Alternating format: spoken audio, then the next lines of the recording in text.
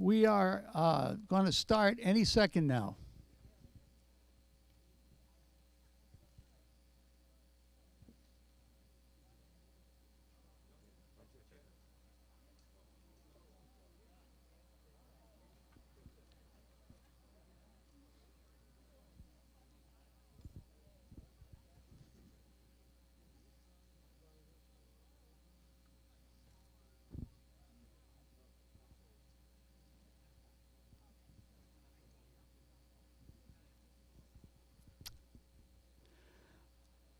All right. Good evening, everyone. It's 4:30. We said we'd start at 4:30, and of course, the objective is to have our meeting go quickly and get everybody back to their dinners. And so, as I said, good evening. It's wonderful to see all of you people out here, and it's great that in this era of COVID, we can be here in person and not as flat people on a computer screen. Just checking one time, is it clear? Am I being clear? Everyone can hear out there in the back? Great. Okay. So what I would like to do is ask you to join me in observing a moment of silence. And remember those who were suffering from the effects of the virus, and also those who have died because of the virus. So if you would, let's take a moment and reflect on them.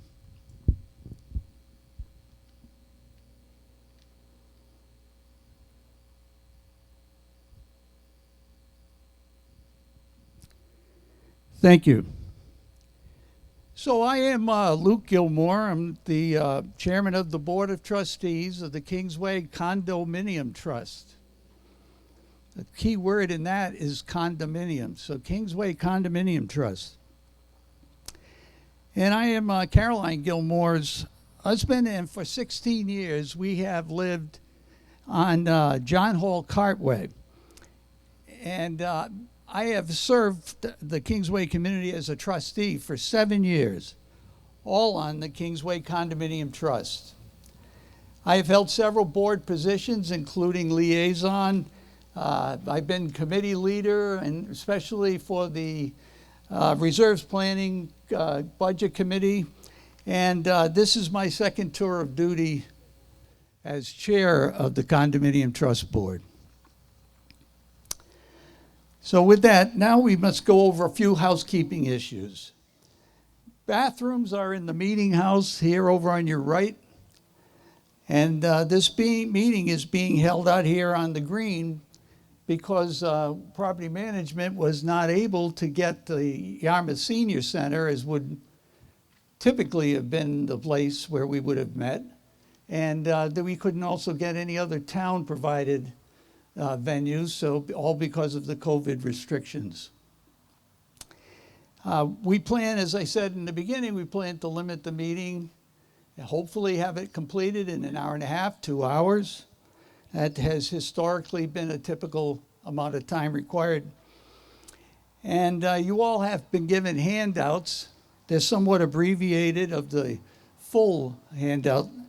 But if we had been indoors, we would have had a slide presentation. Of course, out here, you really can't do that. You also have information available to you. There was an email sent out, and it provided a link to all of these slides. And then, of course, this event is being taped, and it'll be a YouTube presentation. So there's plenty of opportunity for you to go back and reflect on a particular piece of information you want to. And lastly, ask you to hold any comments, any questions that you have during the presentations, hold them until the formal question, comment, answer period. So now let's talk about the Kingsway Condominium Trust. And again, I emphasize the word condominium. The Condominium Trust, through its board of trustees, provides governance. That is the structure and the policies needed to manage the affairs of the 10 villages at Kingsway. A key component of that governance is, in fact, this holding this meeting so that you can come here and the one that happens in December as well.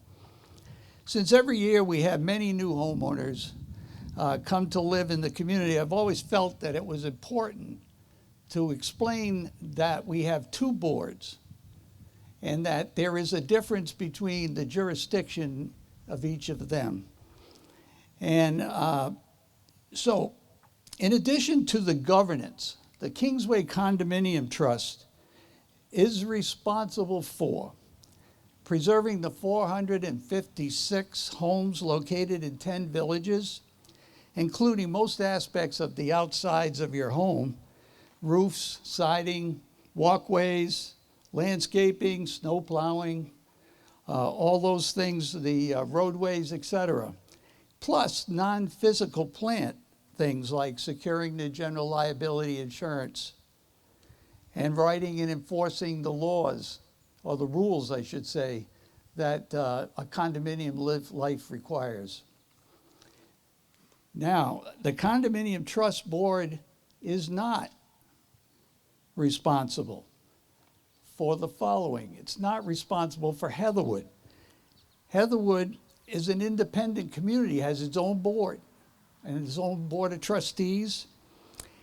It's also not responsible for Admiralty Heights. Admiralty Heights is an independent community with its own board.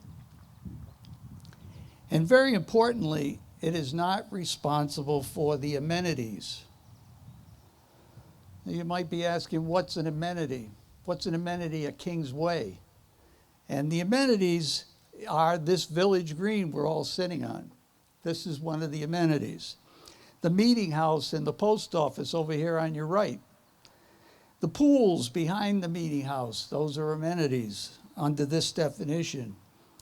The golf course that's visible from everybody's home, that's an amenity, obviously. The road called the Kingsway Circuit that provides access to each of the villages, that's an amenity. All the amenities come under the control of the board of the Kingsway Trust. No, there was no word condominium in there, it was Kingsway Trust. And I want to take an opportunity to now to thank the Kingsway Trust and all the trustees for reinvigorating, taking the access road from 6A, that's an amenity, and for reinvigorating that access road and the gatehouse. It looks wonderful, and definitely a compliment to the Kingsway Trust for having carried that out. Now, if you have any questions about the amenities, go to the Kingsway Trust and see Barbara Murphy, who is the chairwoman of that Board of Trustees. So there's one last point to make before we get into the meeting topics. And this meeting is the mid-year homeowners update. And it has three purposes. The first is to update you on the more critical issues facing our community, including the year-to-date status, and maybe especially the year-to-date status of the operating and reserves budgets, expenses versus budget. The second is to tell you about the progress that is being made completing the capital projects that preserves our community. And the third purpose, arguably, maybe the most important, is to give you a forum to ask your questions, make your comments, and hear the answers. So with all that as background, let's look at the agenda and see what we're going to be presenting to you today. The agenda is presented in two parts. Part one is the Kingsway Condominium Trust. That's us. That's why we're here now. And that part two is the Kingsway Trust, the amenities people, and they will follow our presentations and questions and answers. So the first thing you're going to hear is some opening comments by yours truly. And we'll talk about how the community is doing, what its well-being is. I'll have the opportunity and the pleasure to introduce all of the trustees on the Condominium Trust. And then we'll move into the community's financial health report.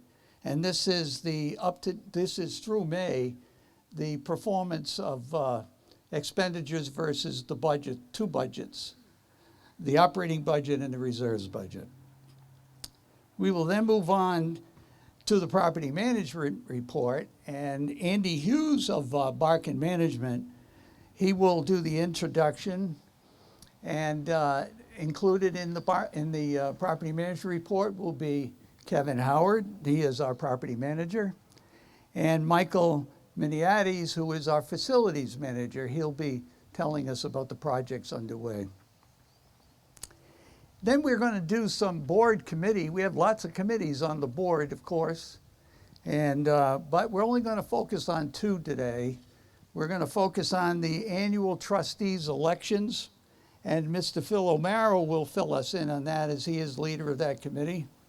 And then we'll go to the social events calendar, and that'll be presented by Bill Peters and Mary Jo Gregory. She is the events planner, which you all know.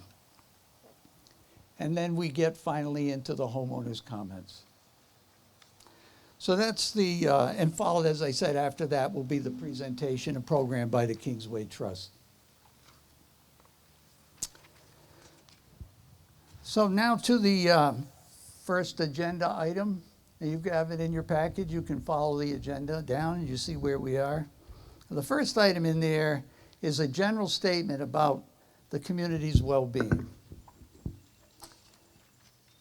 It is generally understood that the primary duty of the Board of Trustees governing a condominium is to preserve the community. Important. Those words important. Preserve the community. And that means its homes and other assets. And maintain property values. This is an investment we all have. So you want to maintain your property values. The board that I'm going to introduce to you next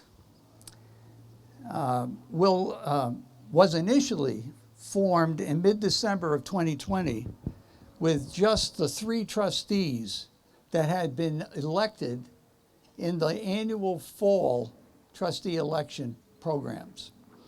And those people are Donna Potter and Lane Dunham and Tom Holland. Those were the original 3 trustees on the board that we currently have. The board of 3 immediately began its work of preserving the community and maintaining the property values that we want to see taken care of. And its first act was to hold a special election to seat 6 trustees, because we had as 3, as I told you, and the board typically has 9. Well, legally, it can function with 3, but it typically has 9. And so it needed to fill 6 openings on the board to get up to the number 9. It held that election, and by mid-January of 2021, this year, 6 trustees additional were elected, and the board was at its full capacity. The board also formed the Reserves Budget Planning Committee. This committee was of 7, and it was composed of board members. Plus, it was composed of other people, homeowners, who had experience serving on previous condominium trust boards, and most importantly, had budget control responsibility. Now, reflecting the express will of the unit owners, the board of 3 directed the Reserves Budget Planning Committee to immediately address the big issue that was disrupting the community for over a year. The issue, simply stated, was the community was contending with heavy weight of financial uncertainty and sluggish real estate sales, all because of a proposed heavy leveraged capital spending project that became known as Plan A. A major concern over Plan A was the method of funding for this proposed capital spending effort. Funding of the Plan A in large part was going to be provided by a special assessment that was going to require $35 million 30-year loan. The funding in this way would have placed unprecedented large debt on every home, and the annual cost to unit owners would have escalated each year. So this community in the 20 years or 25 years or so has never had debt. The board directed the Reserves Budget Planning Committee to resolve this issue by developing a plan that once would serve as an alternative to Plan A, and once it was created, then compare it to Plan A. Its second thing was it was instructed to preserve the community's homes and other assets with this alternative plan. And third, it had to do all of that without imposing massive debt on each of our units. Therefore, in the period late December to early January, so that's a month and a half, the committee created the desired alternative revenue generation and expenditures plan. Long title of this, but that's the name of the plan. And it became known as Plan B. Plan B had the following characteristics. One, it would be in effect for 5 years.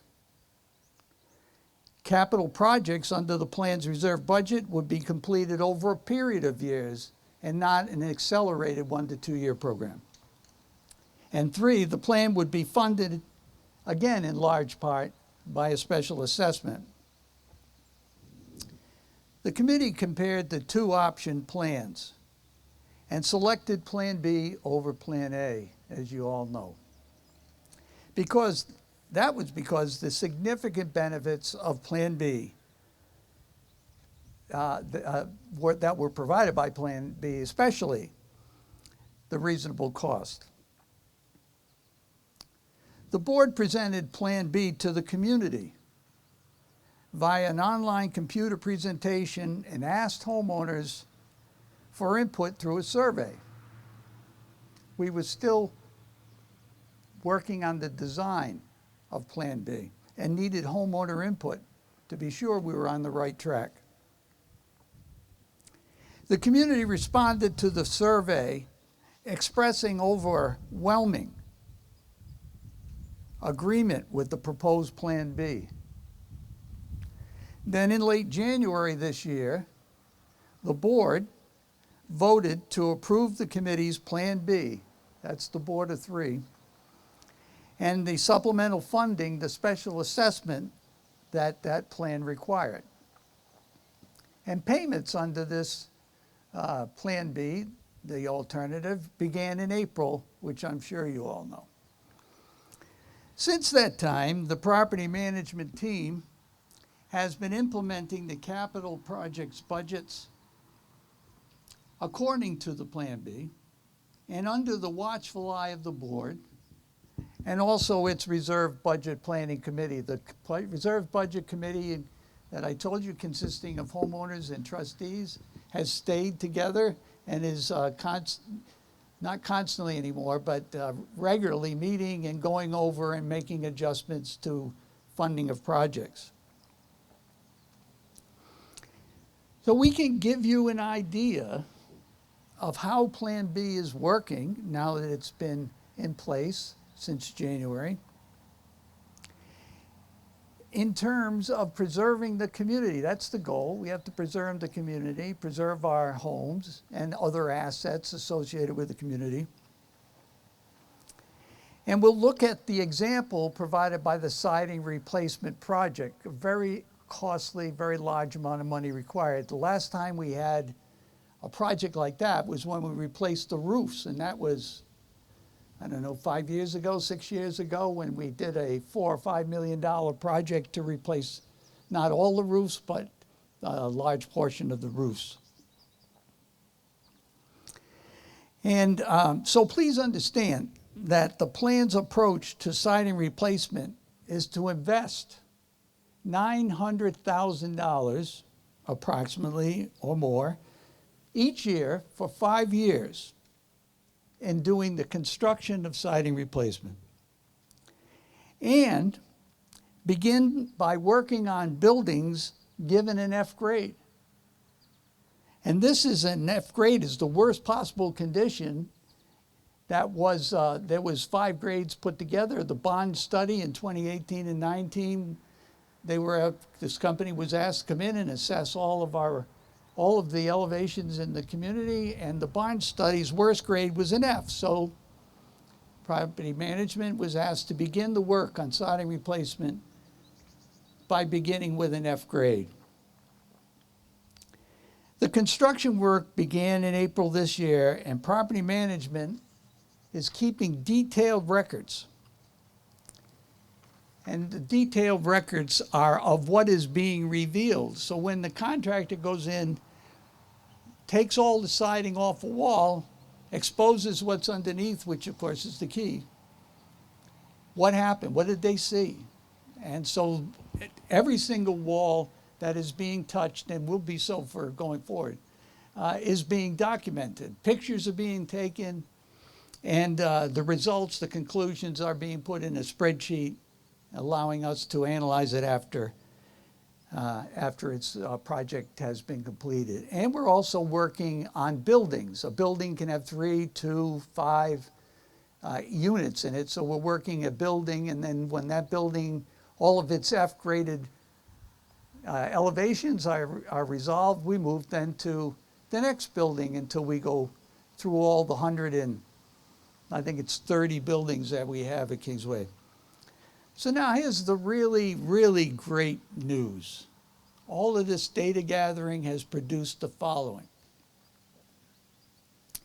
So far this year, 7 multi-unit buildings have been addressed, and about 20,000 square feet of the worst condition siding, the F-grade siding, have been replaced. That's 20,000 square feet. Of that 20,000, the data is showing that only 16, that's 16 square feet of wall area was damaged by water penetrating beyond the barriers. 16 out of 20,000. That means that more than 99% of the wall area where siding was replaced, no damage was caused by water penetrating beyond the barriers. Additionally, and very importantly, because all of us as unit owners are responsible for the windows, not the association, each of us. Additionally, no windows have been found to have been leaking and therefore had to be replaced. The actual construction evidence thus far shows that undertaking an entire building envelope replacement project on an accelerated schedule is not needed. Now, of course, we're 20,000 square feet into it, and began our work in April, May, and we've done a little bit now in June, and then there's going to be a quiet period. Michael, facilities manager, will explain all this. But then we're going to take it up again in earnest in September, and we'll carry on through December and complete the 2021 construction cycle on siding replacement. So we'll keep these records, we'll keep the pictures, we'll keep the data, we'll keep adding up the square feet, and we'll see where we are at the end of the year. But Michael tells me that when he goes back to the work that was done in late 2018 and early 19, that of the siding replaced there, they found no appreciable water penetration beyond the barriers. So that's a long introduction to get to where I was started on this, to make a general statement about the condition and the well-being of our community. A 5-year plan to preserve the community is in place and it's being carried out. I just told you that. The financial uncertainty weighing heavily on the community for over a year, that's been eliminated. There's no more financial insecurity. We know what we're doing for the next 5 years. The real estate activity that has been restored, and sellers are seeing the final sale price far exceed the asking price. That was going on in the general community, but we weren't taking part in that. It's now happening here as well. So, the board chair's general conclusion about the condition of the well-being of our community is that it is thriving. The community is thriving, it's doing well.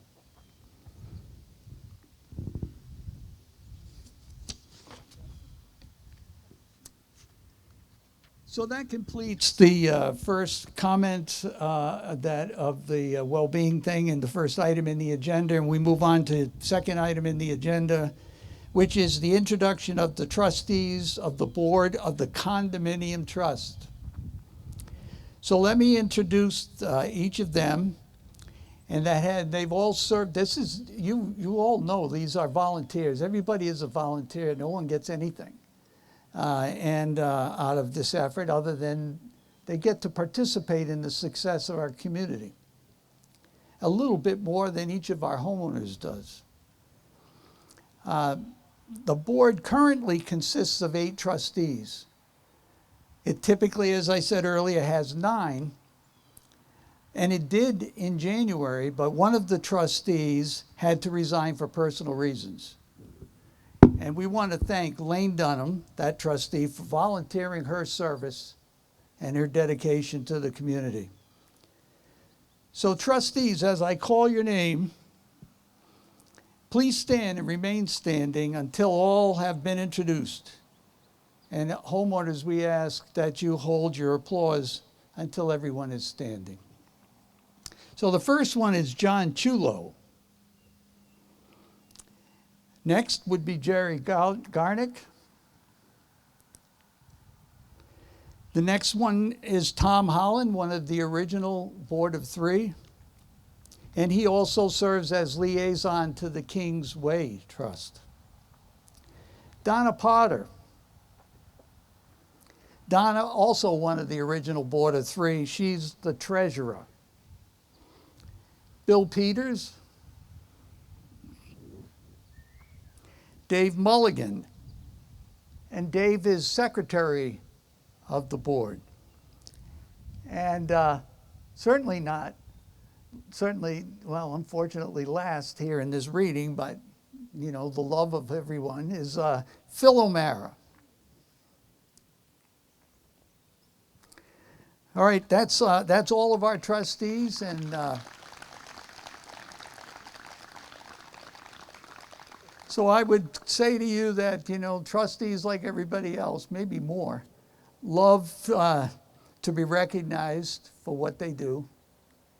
And so if you see them on the circuit, you know, go up, shake their hand, and tell them you appreciate the work they're doing. The third item on our agenda is the community's financial health report. And the analysis will be given by Donna Potter, our treasurer, and she'll tell you about the year-to-date expenditures versus both of our budgets.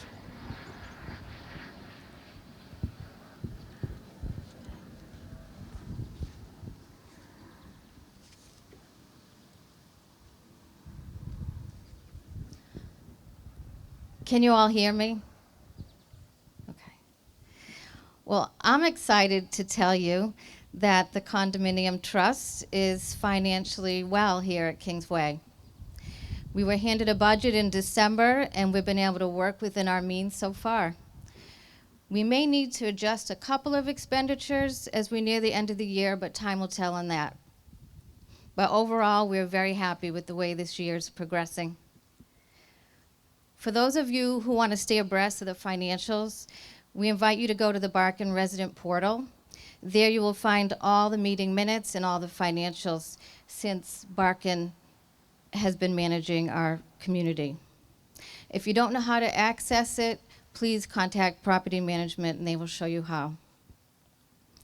So slide number 8, for those of you who are new and those who aren't sure, where do your HOA fees go?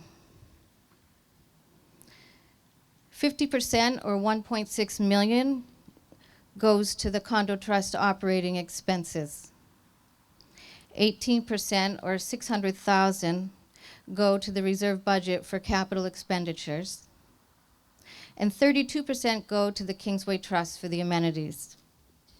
I'm going to talk about the status of the operating and reserve budget of the condominium trust, and then later the Kingsway Trust. I believe Lee Rowley, he will discuss his portion of the HOA fees that they are responsible for.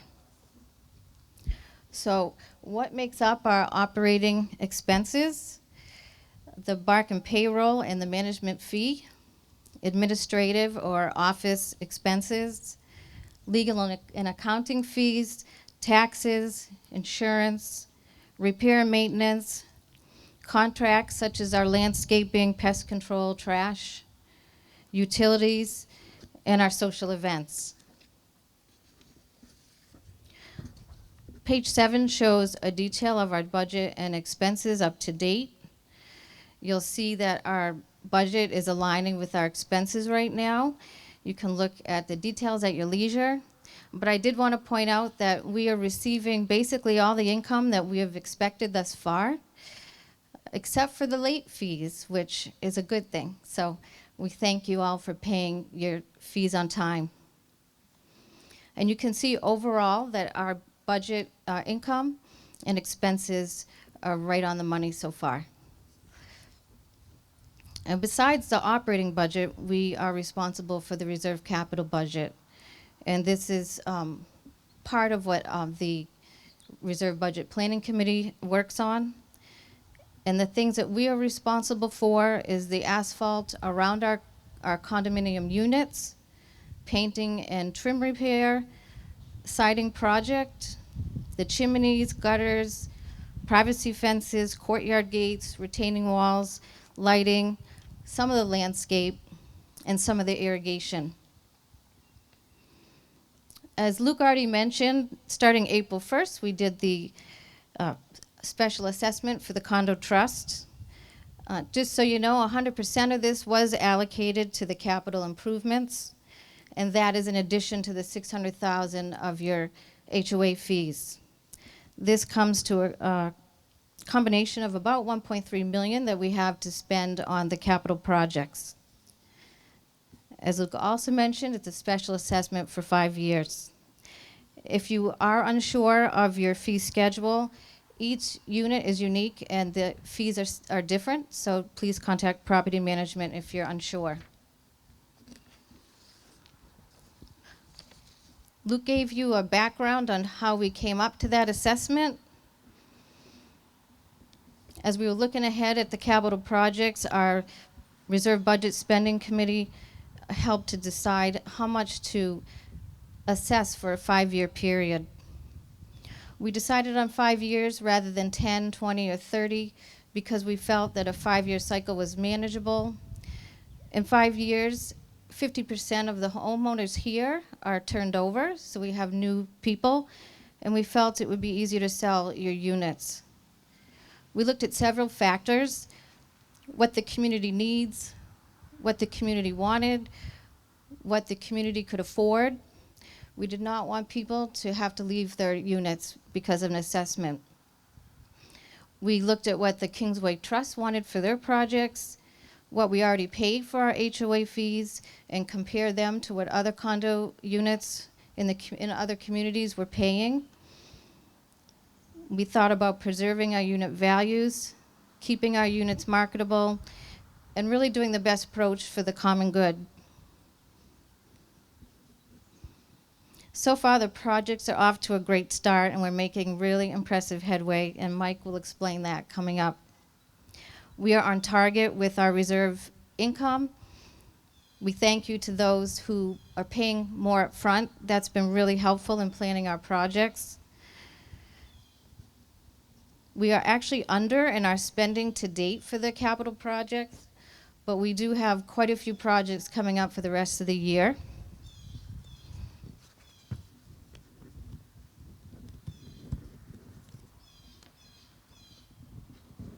Mike's going to talk about those projects, and I don't want to steal his thunder. But we plan to spend just under $1 million the rest of the year on trim, painting, siding replacement, chimney caps, fences, retaining walls, and irrigation. Luke? I don't know who's next. Is it Mike?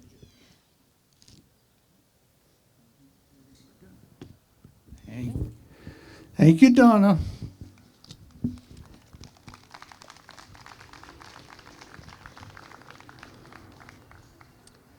So the fourth item on the agenda is the property management report, and Andy Hughes of Barkin Management Company is very nicely dressed here. On the left is going to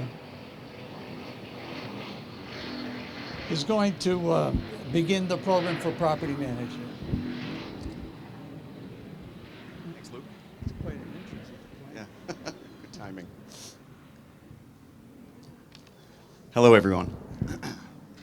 It feels really nice to see people in person again. This is great. This is one of the first in-person meetings I've done since everything let up. So, I'm Andy Hughes, for those of you that don't know me, account executive for Barkin Management.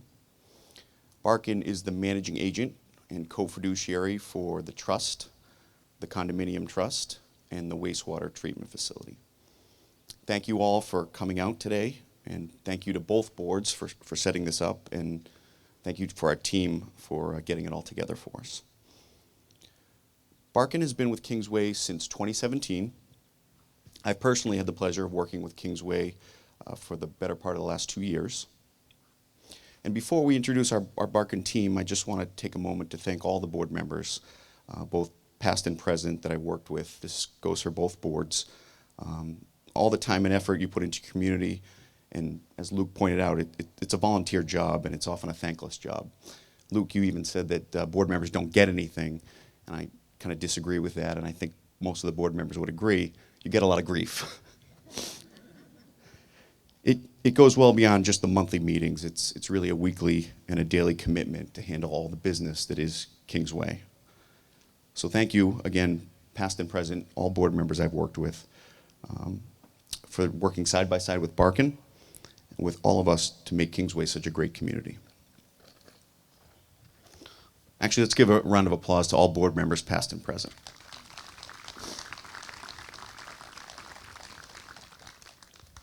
So without further ado, let me introduce your fearless leader from Barkin. I'd be remiss if I didn't mention Megan Layoff. She's our former property manager who we lost this winter to promotion. She was promoted, and at that same time, so I don't think she's with us tonight, but thank you, Megan. We give you thanks for everything you did for Kingsway. But at that time, I was extremely lucky to have this gentleman's resume cross my desk. He's been a consultant for the Cape Cod Chamber of Commerce, a senior officer at Cape Cod 5 Bank, president and CEO of the Arts Foundation of Cape Cod and Cape Conservatory. And he actually cut his teeth in property management for Corcoran Jennison as a regional director and manager of Ocean Edge Resort, as well as numerous other New England, Boston communities, hotels, and real estate. I welcome Kevin Howard. Thanks, Kevin. Thanks, Andy. I appreciate it. And nice to see everybody. I totally agree. And couldn't ask for a better day here at Kingsway.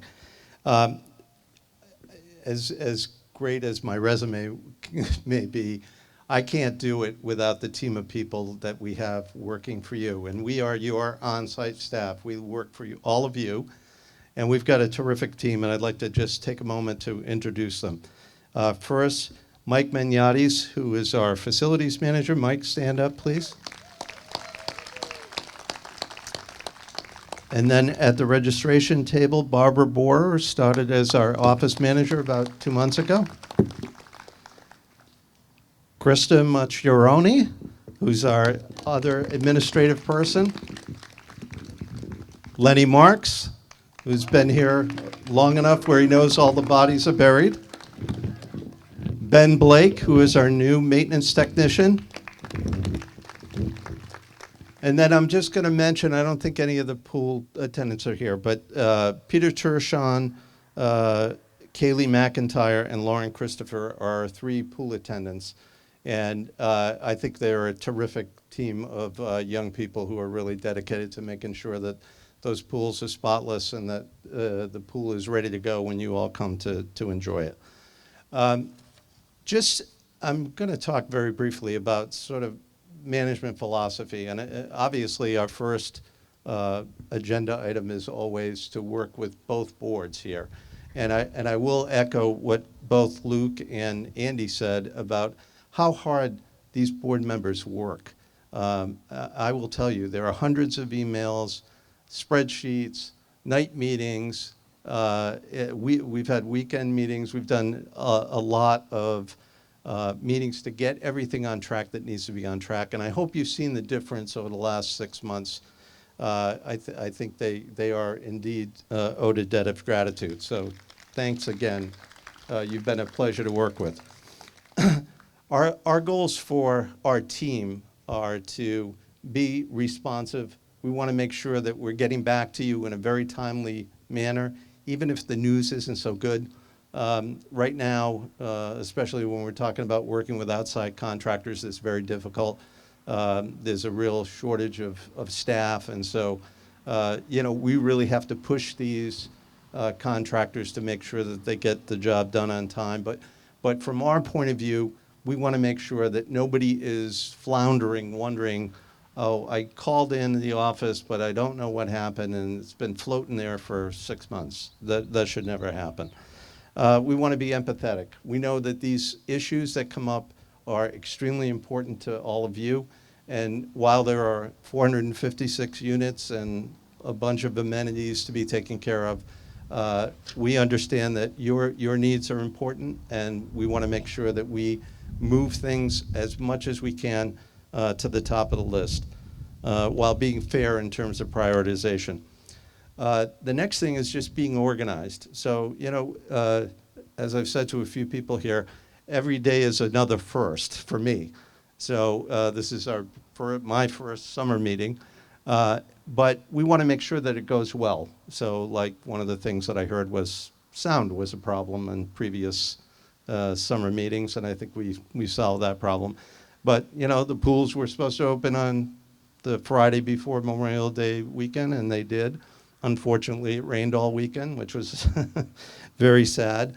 But the point is that we want to be dependable, and that for all of you to know that things are going to be taken care of.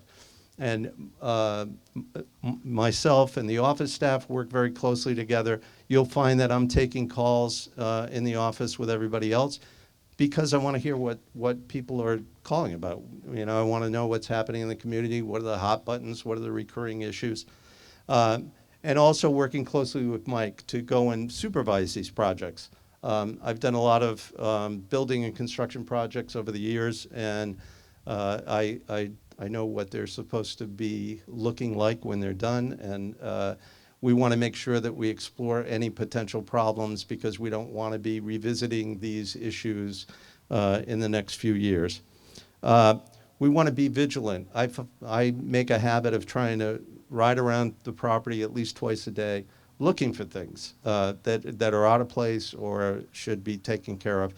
But for as vigilant as I am, or Mike and Lenny and Ben that are out in the field, I always appreciate it when somebody points something out that we haven't seen. Like sometimes somebody will say, oh, the lights were on all night or all day.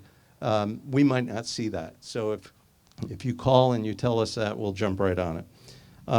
And the last thing is to just be flexible. There are a lot of people that live in this community. Things happen. You've got to be nimble. You got to be agile. You got to be willing to make changes. And that's what our biggest goal is, to make sure that we're responding to all of your needs as well as we can. So I thank you all for the support and the welcomes, and everybody's been really terrific to me since I arrived here, and I'm certainly very, very pleased to be here. So at this point, I'd like to introduce Mike, our facilities manager, to come up and give you an update on all the projects. And I have to say, Mike does a fantastic job. We're lucky to have him. Thank you, Kevin. All right. Good evening. My name is Michael Miniatis. I am the facilities manager here at Kingsway. And I'll be talking about some of the major projects that are happening, what will be coming up. But before that, I would like to highlight a couple things. One is our in-house maintenance department. Kingsway Condos is a 456 home, 200 acre property. Our maintenance department consists of Lenny Marks, Ben Blake, and myself. I'm very proud of our maintenance department and what we're able to accomplish. Lenny has been at Kingsway for, I believe, 35 years, as long as I've been alive. Lenny is a wealth of institutional knowledge. He is a great carpenter. He is a consistent worker. And it's often been said, Lenny does all the things that nobody thinks of doing, and it's absolutely true. So I would not be able to do it without him. Ben Blake is a new hire for the Kingsway maintenance staff. Ben has been on staff for about 3 or 4 months now. Ben is a excellent young carpenter. He's one of the hardest workers I've ever seen, and we're very happy to have him on staff. Without them two, I would not be able to do the job I do. You know, we are a real team. I might be the face of the maintenance department, but without them, you know, it wouldn't happen. So I just wanted to thank them and everything that they do. And I'd also like to welcome Kevin Howard to the Kingsway family. Kevin has been a joy to work for. He has brought a wealth of knowledge and experience and has made my job much easier. So it's definitely been, it's been a good addition to Kingsway. And I'd like to thank Andy for bringing him in.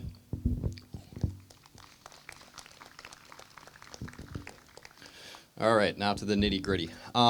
So things have been going really well. It's good to see faces and not masks here at Kingsway. 2021 has gone to a great start. We've made some changes, not only to the staff, but how things are done here at Kingsway. And one of them, which I'd like to highlight, is the gutter cleaning.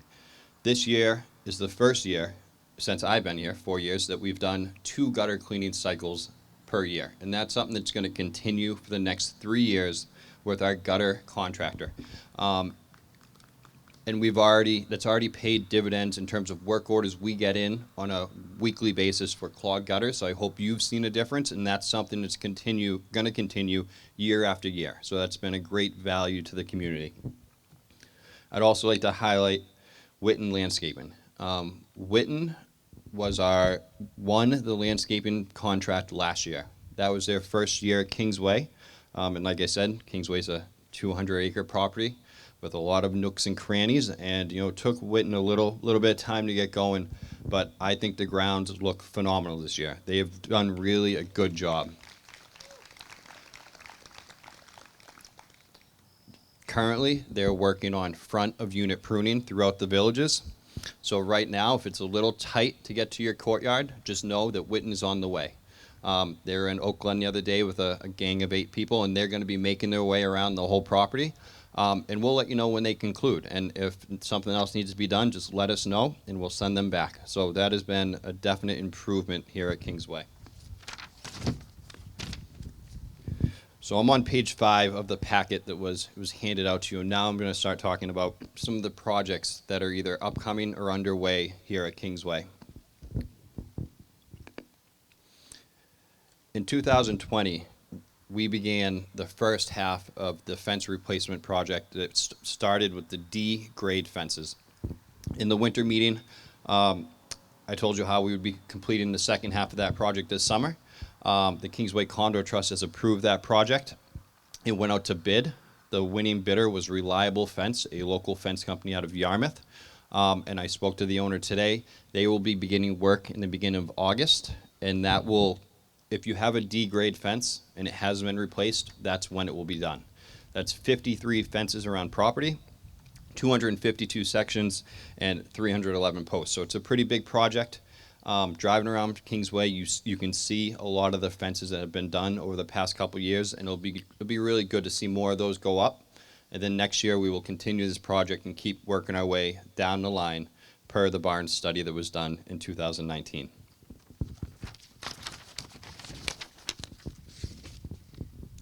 You may have seen some orange spray paint around the villages and around property on the asphalt. This year, between going through the work orders that have come in through the office, as well as a site tour by the maintenance staff, we identified 100 areas of asphalt in need of repair. This is walkways, driveways, and the roads. And so obviously our biggest concern is your safety. So we assess the areas. Trip hazards are always a priority. This work will begin in the second week of July. And like Kevin mentioned, Kingsway is an extremely large property with miles and miles of asphalt. If you see an issue that could be a hazard to you or somebody else, please let us know at Property Management. We'll add it to the list and we'll get it taken care of. But the asphalt work we're doing this year is our most comprehensive repair since I've been here. So it's going to be exciting to see all that work done, and that'll be in early July.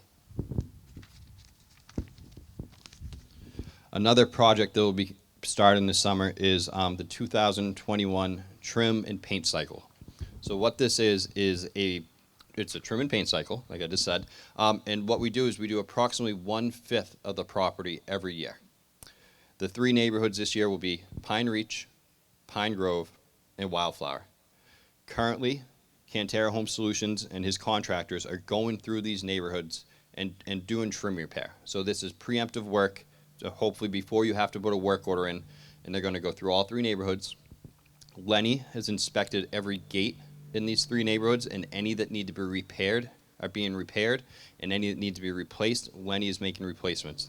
There are a couple dozen fences down at the plant right now that are being painted, and those will all be put in before July.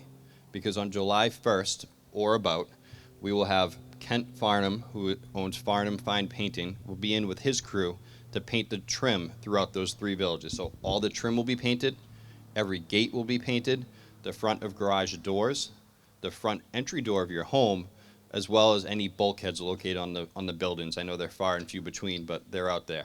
So that's a project that's going to be to resume this summer, and then next year we'll do another 100 units or so, and so on and so forth until we go through the whole property. So that's going on now, and the painting will begin in July. Alrighty, I'm on page 8. Now for the big one, which is the siding project. In early spring, it was decided to start the siding project to start seeing what is under the shingles. This was a project that was also done by Cantera Home Solutions. They were one of the winning bidders of the 2019 siding project. We used the Barnes study that was a third-party independent evaluation of the buildings as our roadmap on which buildings to start at and where to begin. So far, 30 homes have been sided. The way this project is moving forward is each building is independently evaluated. If you're an F-grade building, we go to your building and we identify specific elevations for replacement. The worst of the worst shingles were replaced. Any notable rotted trim is also replaced. New Typar and adhesive tape flashing is applied around windows. All trim around windows and corner boards is replaced with Boral True Exterior, which is a composite that we used in 2019. This should last a little bit longer than the rough sawn spruce that was used during initial construction at Kingsway. This project has gone really well. Cantera Home Solutions has done a wonderful job, and to date, like Luke mentioned, we've completed 20,000 square feet of shingle replacement, and we haven't had any major issues to date on this project on those 7 buildings. In the fall, the project will resume after a short hiatus. And during the summer, it will go out to bid with a competitive bid process to find contractors for the fall. The fall project will move at a much bigger pace than the project we're doing now. It's anticipated that every month during the fall project, we'll do as much siding as we've done in the past 3 months. And it's our hope that by January 1st of 2022, over 150 homes will have been addressed with siding. And this is in addition to the 109 that was done in 2018 and 19. So we're really, really happy how this project's gone. We look forward to continuing it.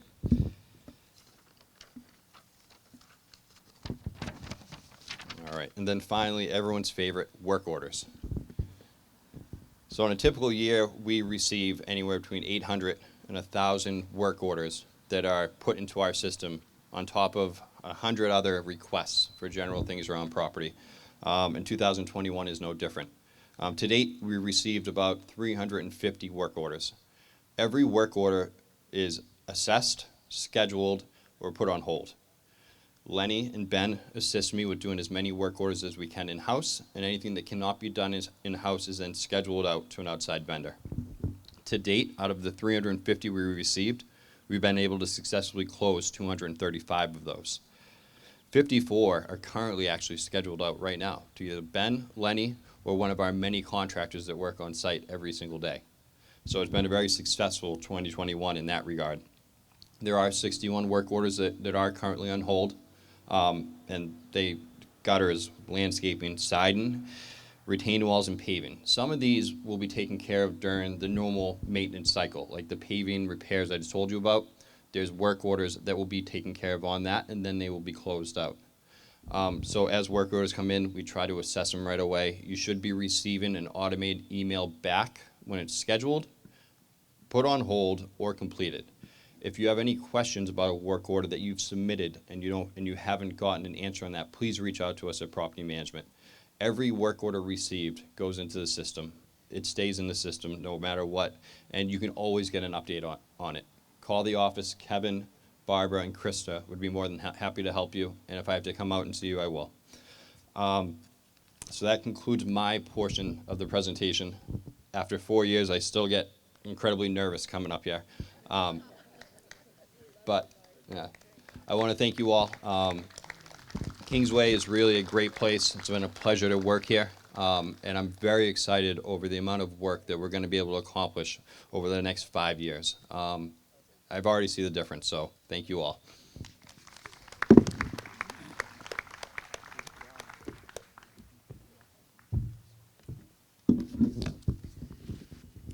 Thank you, Andy, Kevin, Mike, and one more round of applause for the property management team.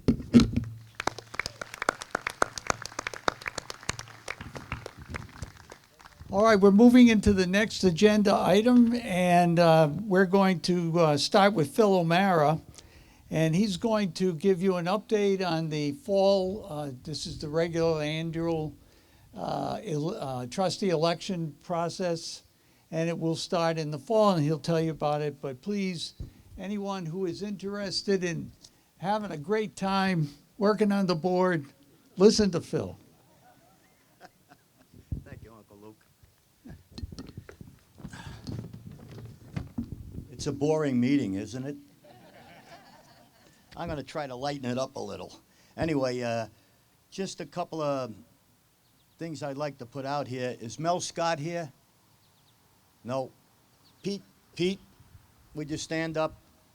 Mel Scott, Pete Marinelli built the pickleball courts. Mel is the chair. Mel is the chair of the racket club. I mean, seriously. Cynthia Linsky, is Cynthia here? No, okay, Cynthia's not here, but her husband's here. Okay, Cynthia and Brenda, they're on the social committee, and Bill Peters is doing a wonderful job as the social director.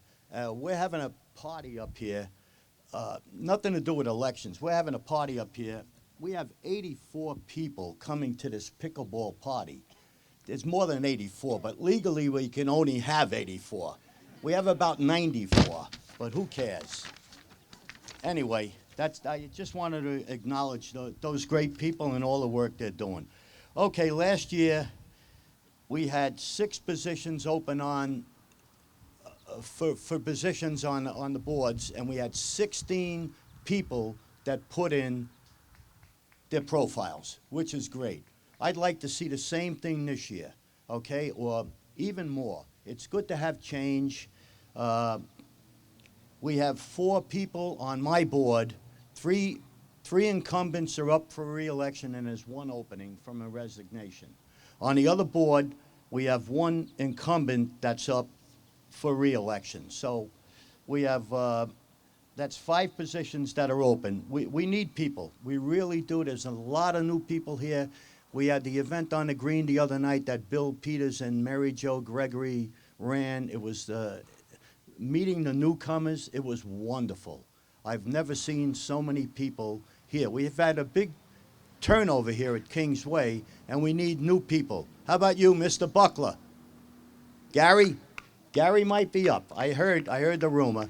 Who's a past board member. Anyway, that's all I have to say. This is a candidate profile. You could get this up at the office. You fill it out. You know, it's very basic. You don't have to give them all your history because, you know, some of it could be shady, like myself.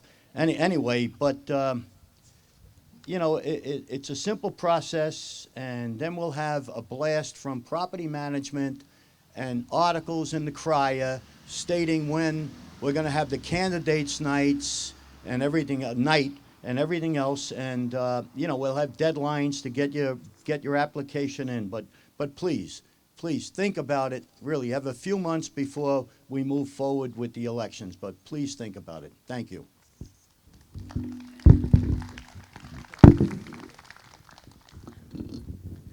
Thank you, Mr. O'Mara. Our last presentation, an agenda item, is at the 2021 social calendar, and Bill Peters, who is the leader in the social committee, and Mary Jo Gregory, who's our events planner, and they'll explain the social committee events to everyone for the remaining part of the year. Thank you. Hello, all. Anybody that knows me knows I love a party. And when I got to this, or was assigned to this post, I was very lucky to have Mary Jo Gregory say yes. So without further ado, I'm going to give you Mary Jo. Thank you, Bill. So the first thing I have to share with you is that my outfit is a prop. I feel, as the shirt says, blessed and grateful to be back with my family at Kingsway. Thank you for asking me back again. So in April, Bill and I met, and we decided that all events for the summer months will be outside. At that point, we didn't know the regulations for COVID, and the decision was just easier to say everything outside. As it turns out, I've had many people at the first BYOB say, oh, this is fun outside, let's do it again. So we are.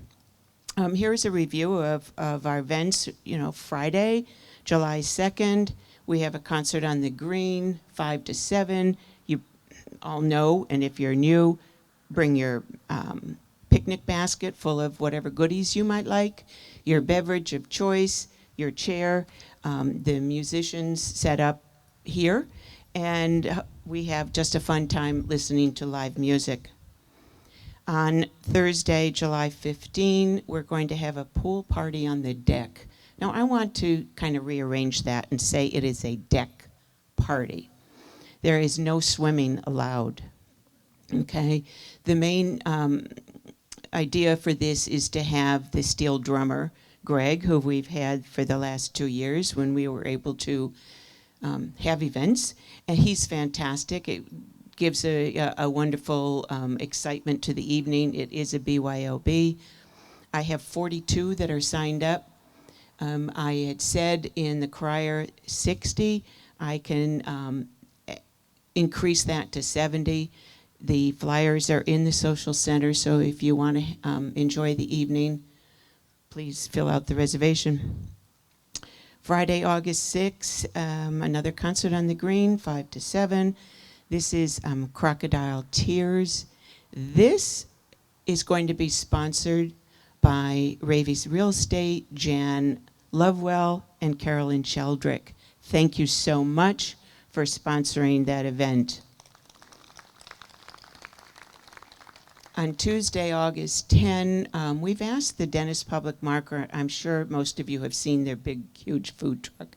We thought that would be fun to have the food truck parked out here. And the reason why I'm asking for reservations is so that they have an idea of how many people will be purchasing from them. They were talking about lobster rolls and hamburgers and a couple of other things I don't remember, but please, won't it be fun to just kind of gather together, have your food from the food truck, bring your own beverages, and we'll have a good time. I would have to ask that if you're going to come, that you try to purchase from the truck. We would appreciate that. Let's see, and tables and chairs will be set up because I think it'll be easier to be able to have your food on the tables and chairs. Right, Mike? I might as well say here, thank you to Mike and all of the management. I can't do my job without them. They set up the chairs, the tables, they take them down. Awkward times, he's always available. Thank you. And to Krista and Barbara, who, helped me, and Kevin, the management, thank you for all of the assistance you give me. Friday, September 3rd, we're going to have a concert on the Green. I will share with you that it's going to be the all worn out jug band, and we're going to have a special guest musician. So come to that one. That's 4:30 to 6:30 because it's later in the year and, we don't want it to be dark or cold. All events are always in the social center, a flyer, a reservation form. They're listed in the crier. You can always call me if you need any more information. I also want to add that Kitty Scabelli is arranging for an art show on the Green in September. Wednesday, September 8th, with a rain date of Thursday. She has 6, maybe 7 artists who are going to set up their tables. If anybody here does not know about that, would like to participate in that art show, we are having an organizational meeting on Tuesday, July 13 at 10 a.m. Bring your chair, we'll meet on the Green if it's nice. If not, we'll go into the meeting house. So right now, Bill and I are planning the fall season. And when we are hopefully going to be moving into the meeting house. Some of the events from 2020 were a trivia night. We're going to have a paint night. If any of you have ideas, please let me know. We're always looking for fun, new, exciting ideas. As I said, all of the events are always in the social center. So I'm going to end by asking you, because all events are outside, to start praying to the weather gods so that we have evenings like this for every event during the season. Thank you, all of you, for joining us at all of our fun events, and I look forward to seeing you.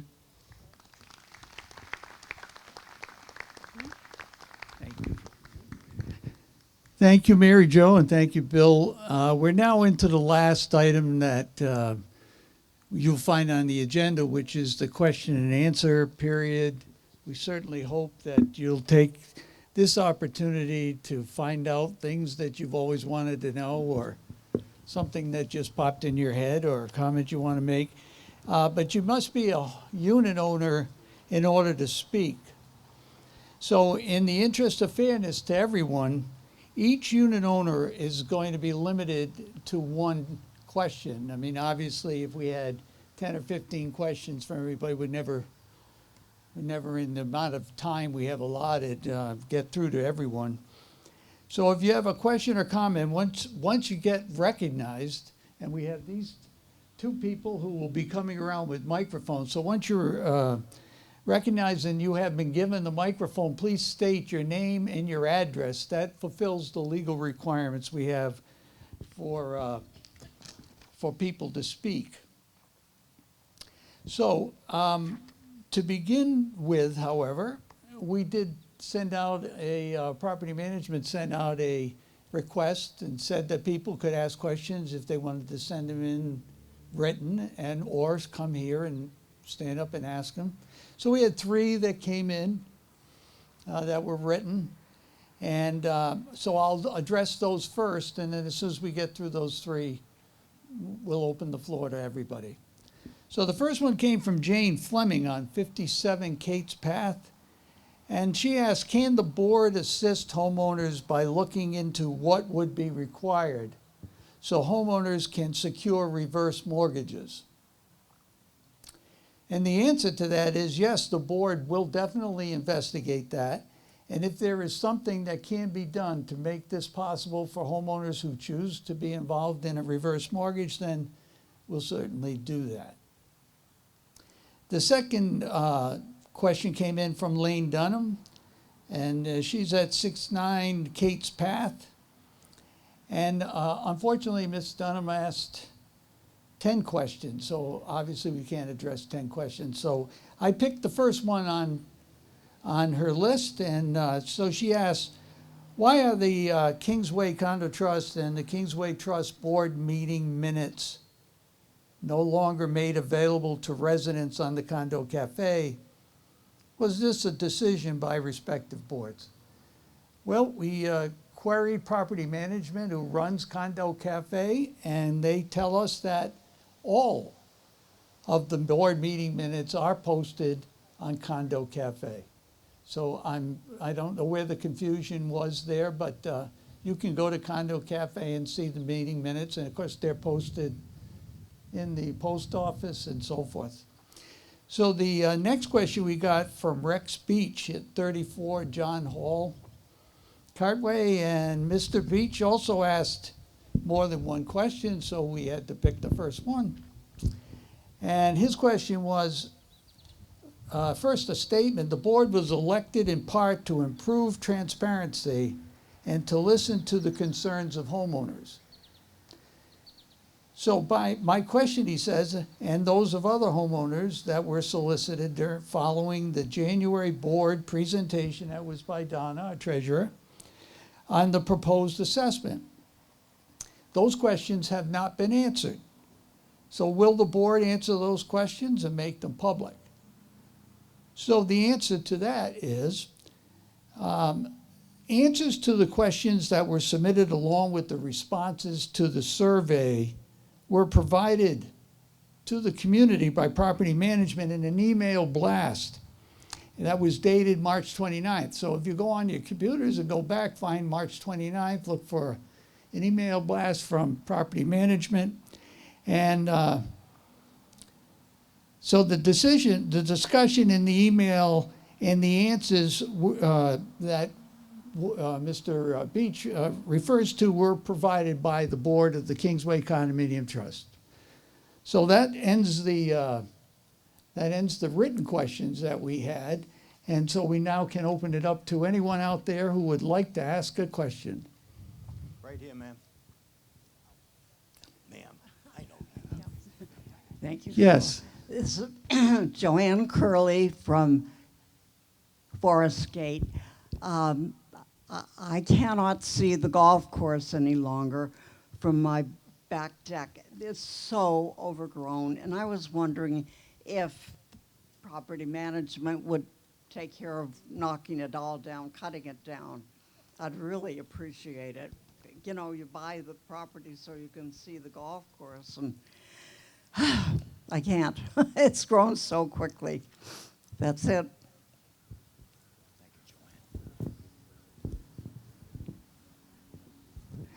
All right, the answer probably is more appropriately given by Michael, who can tell you what he's been doing and will continue to do. I know the board, we've brought this up and we've made it a topic here. And we're going to assess, so similar to what we talk about, the F grading and fences and whatever, we're going to look into the areas behind everybody's home and that are not owned by are not controlled by the golf course, and those areas, and determine which ones are most in need, and then we'll prioritize those, but Mike can explain it more. Well, Luke pretty much answered the question for you, but the areas behind the units are a combination of Kingsway Condo Trust and Kingsway Trust, depending on the boundary lines, which we have a map at the Property Management Office that delineates between the two. The Kingsway Trust, which you are paying an assessment over the next 5 years for, has assigned money for that exact reason. So part of your assessment money will go to that, to areas of the open space, and the condo trust as well. We're just working through that. It's cash flow, it's how we're collecting the assessment, but it's something we definitely are looking at.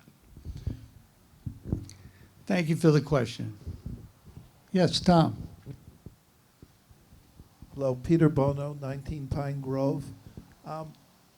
So as to not burden the office, is there a mechanism for finding out what, for example, the privacy fence on our unit is rated as, our gates and all the rest? In other words, how do we find out for our own personal unit what the rating A, B, C, D, E, F is without making a phone call or sending an email that has to be responded one at a time? Right. Mike, is that on Condo Cafe? No, so they have no choice but to come.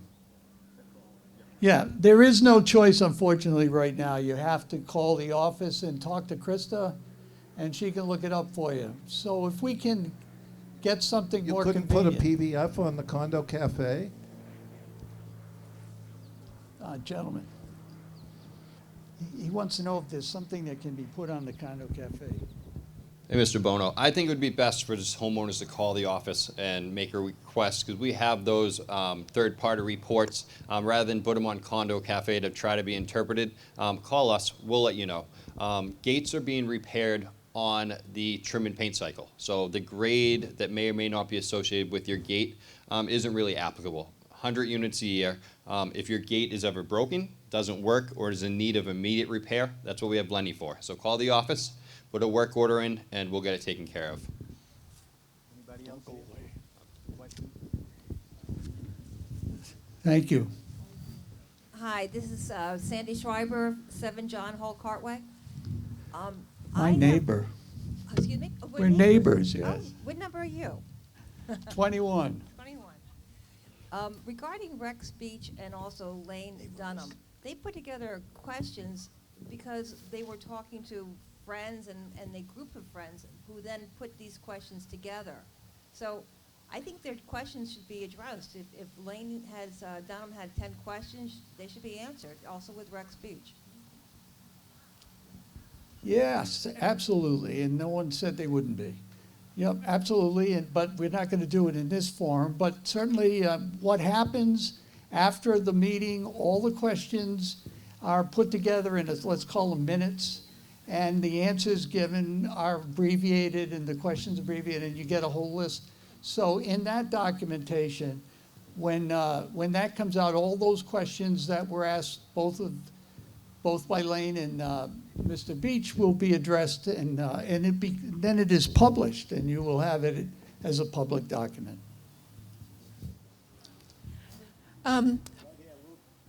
Hello?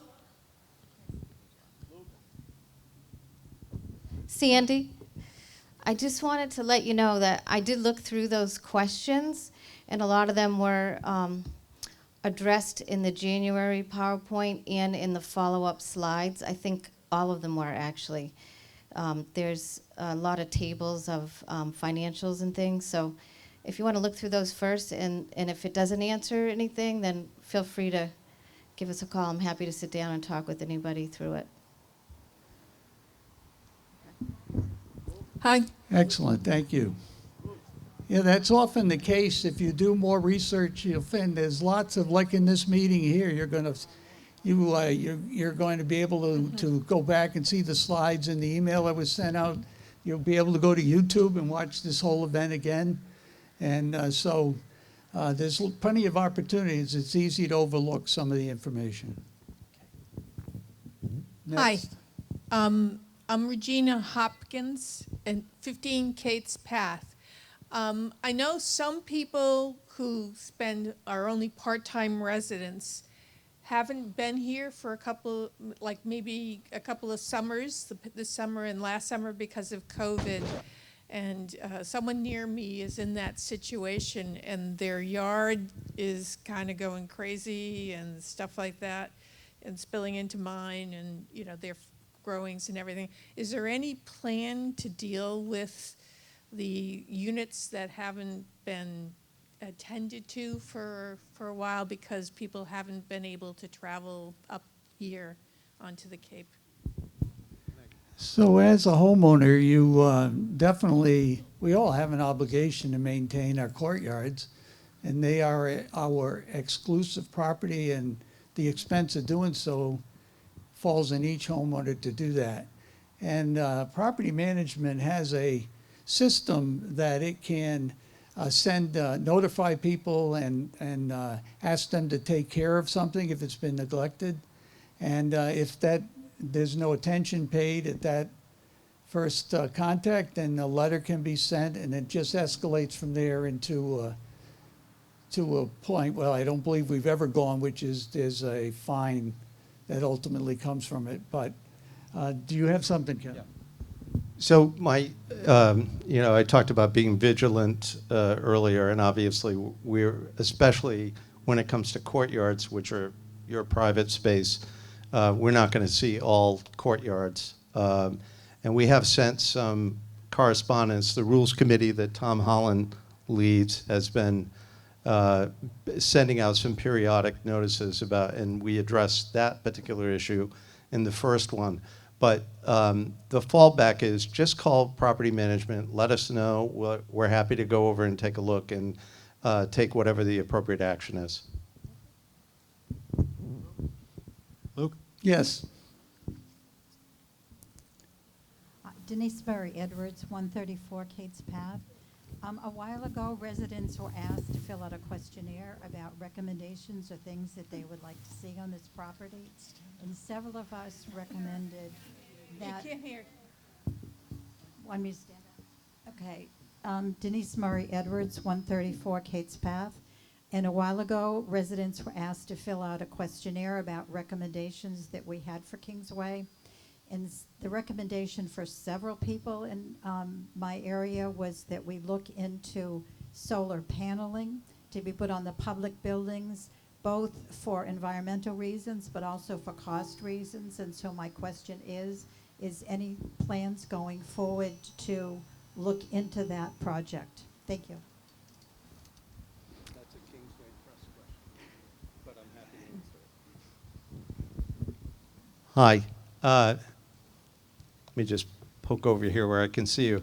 Yes, we have been in touch with a company called Solar Wolf, and they are the approved vendor for Solarize Yarmouth.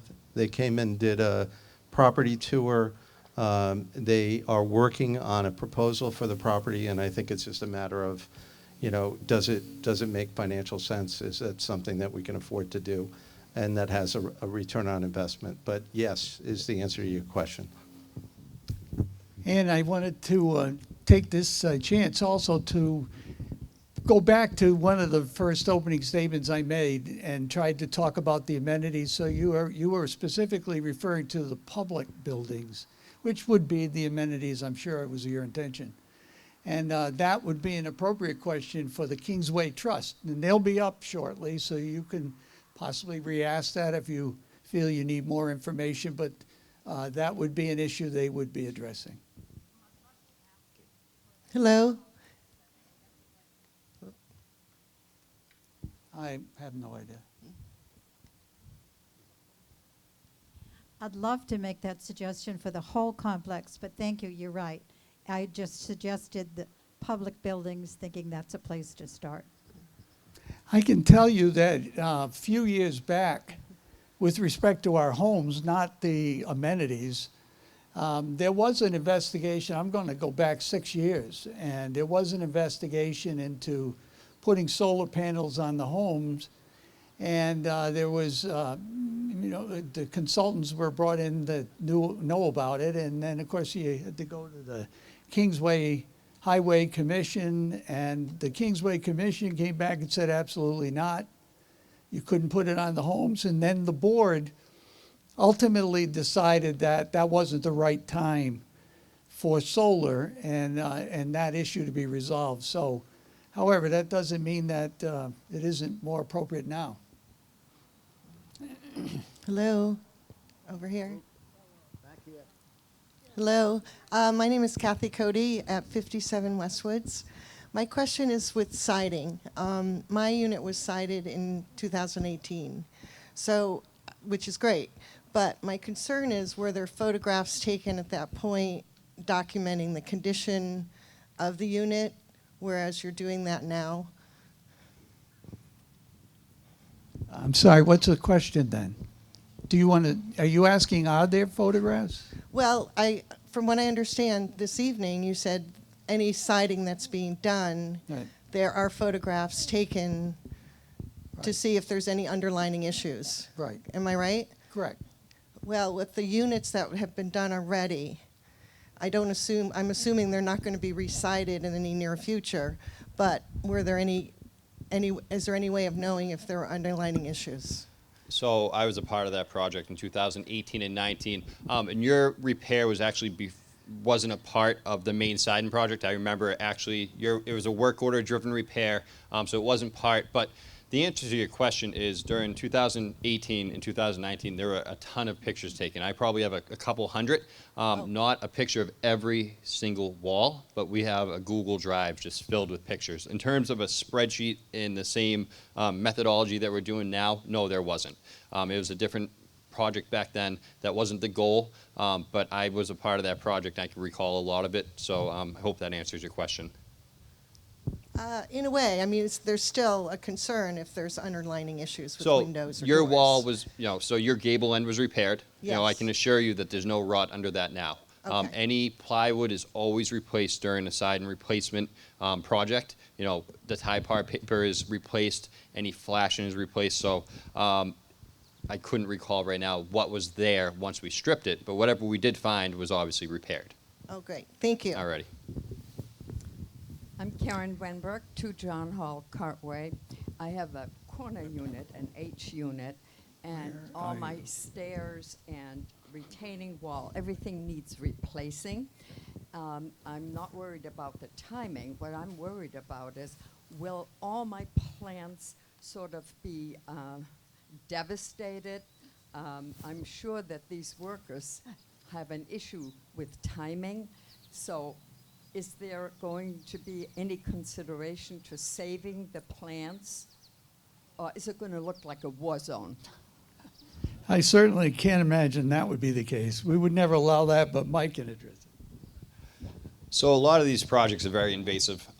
The siding project, we're in your courtyards, we're right up against the building. A lot of the shrubs in the courtyards are too close to the building. We always do our best. With siding wall replacement, if there are shrubs, trees that are common to the association, will they be removed? Maybe. It's going to be on a case-by-case basis. Will there be something to put it back in? If it needs it, yeah. But, we do our best. If it can be saved, it'll be saved. Thank you, Mike. Thank you for the question. Anyone else? Anybody here? We have someone over here, Phil. Okay, gotcha.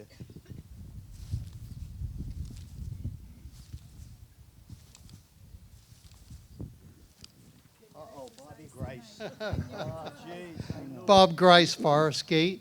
Luke, as you're well aware, the conditions of the golf course, the cart paths, the maintenance of the general areas needs to be addressed, as you're well aware. Could you elaborate on the plans to address those problems?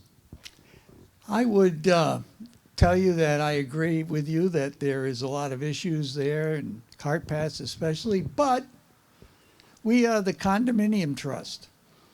And as I said early on, the amenities, the golf course, the pools, the roads, the entranceway, the circuit, those are amenities. And that is the responsibility of the Kingsway Trust and their board. And they will be coming up here in just a second. So if you can hold your question and direct it to them, they are the appropriate people to tell you what they're planning. Anyone else in here? Good question. George?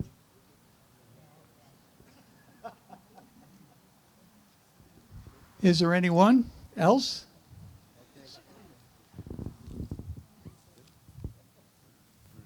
Give it to Dee Dee, please.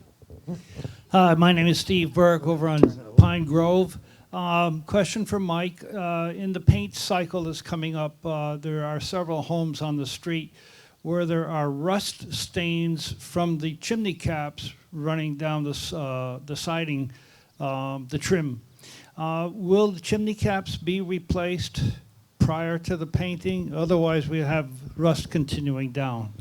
So the short answer, Steve, is not. They will all be assessed if it is deemed necessary for replacement. So all the chimney caps are galvanized steel. You know, after a number of years, rust will start to run down. That doesn't necessarily mean that they're compromised or in need of replacement, but we assess any chimney that looks like that. It'll be painted, and if it needs to be replaced or repaired, it will be. Thank you. I would just like to make a comment.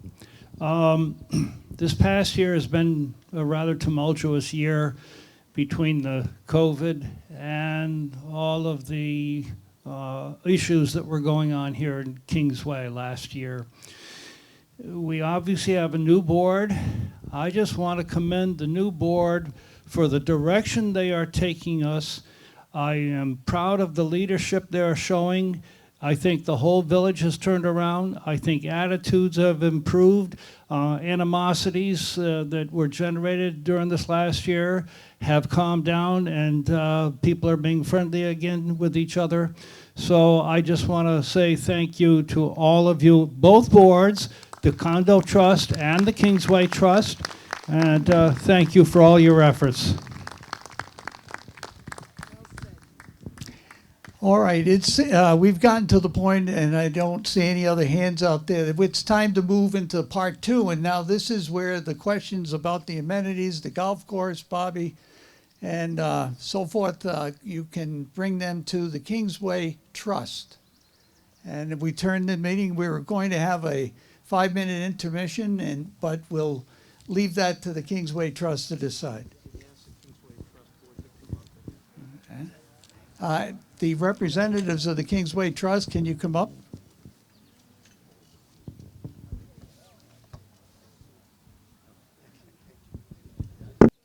All right, hi, welcome. My name's Barbara Murphy. This has an echo. Is it supposed to have that much of an echo? It's fine? Okay. My name's Barbara Murphy. I'm the chair of the Kingsway Trust. I live on Kate's Path. I've lived here for about 10 years. I've been on both boards. I served 3 years on the Kingsway Condo Trust. Last year I was the chair of that group, and I'm finishing my 3rd year on the trust and chair these last 2 years. I'm going to make this as quick as possible. Luke has covered some of this information, but just to explain, we are an umbrella trust. There are 3 other entities on this property. We've got 456 condominium units, and there are 5 people on the trust that represent the condominium units. We have Heatherwood, which has 191 units. There are 3 people on this board from Heatherwood, and Admiralty Heights has 19 units. And we have 1 representative from Admiralty Heights. So how it works is we vote by beneficial interest on this board. And it's a ratio of the number of units that you represent. We don't really have to use beneficial interest, but it has come up in the past. So property management is really good about plugging that into a formula so we know where we're at. We are responsible on the trust for what is referred to as the amenities. I think it's all the large buildings you see. these two buildings, the restaurant and the clubhouse, the wastewater treatment facility, and the guardhouse. Now, the one area that keeps me awake at night is the wastewater treatment facility, because if that goes down, we're all in trouble. No one's going to be able to flush. So that is, we have a lot of committees on this board, and one of them is the wastewater treatment facility committee. And I'll let Lee talk a little more about that. I want to go over very quickly what we've been able to accomplish so far this year. As you know, we've redone the guardhouse. We hope to be able to get started on one of these buildings by the end of this year. And it will have a similar look when it's done to the guardhouse, all right? So you can expect to see kind of a lighter gray shingle and white trim on that building, on both of those buildings. We've had the pools. The lap pool was resurfaced and retiled. Because that pool wasn't used last year, the heated pool, because the heated pool wasn't used last year, it had to be drained and then refilled again. So that was an expense that we hadn't anticipated.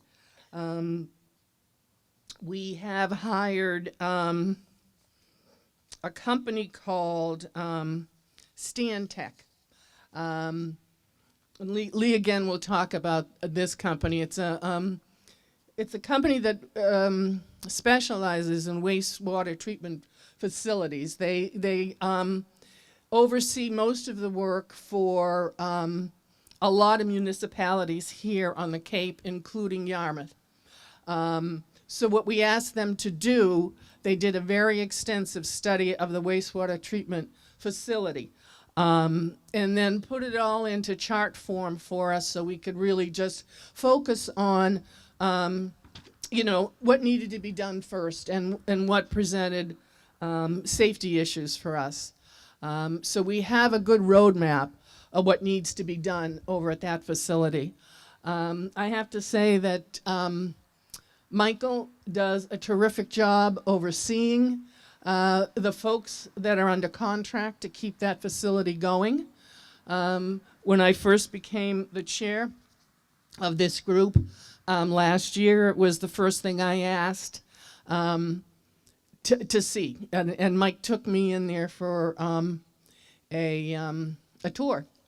And it's amazing how huge that facility is and how important it is. So that for me, is my biggest worry, that we are keeping that in good working order.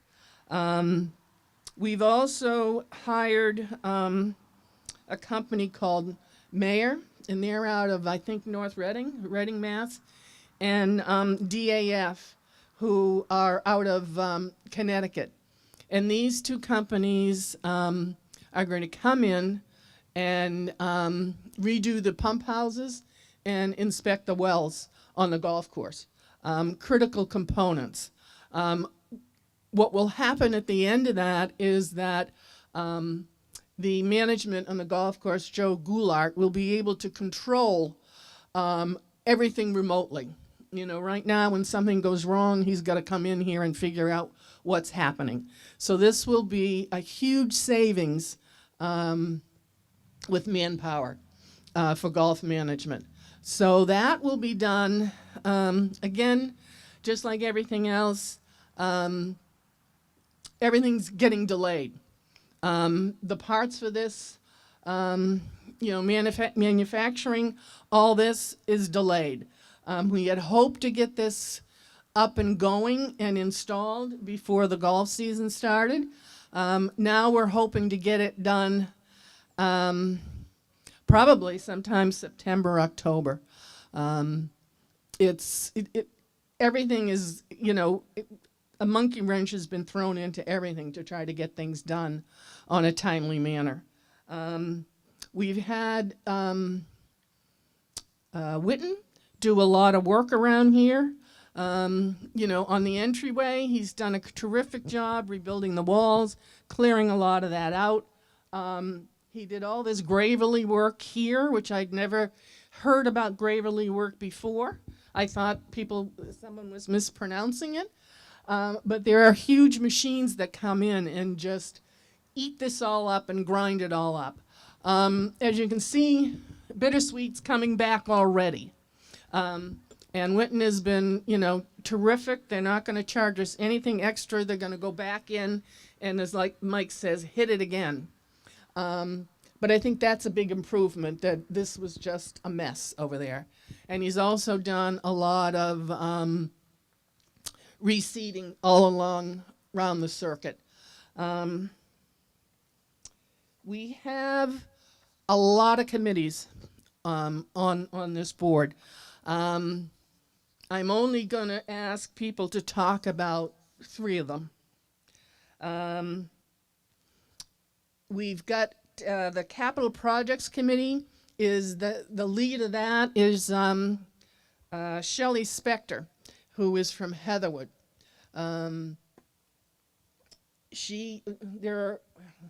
Pretty much the majority of the board is on that group. They've been working really hard, putting together, the plans for the guardhouse. Now we are working on pulling together the RFPs for both mayor and DAF on the golf course irrigation system. We have hired a company called Catalyst. They are on Willow Street here in Yarmouth Port, and they are putting together bid specs for these 2 large buildings.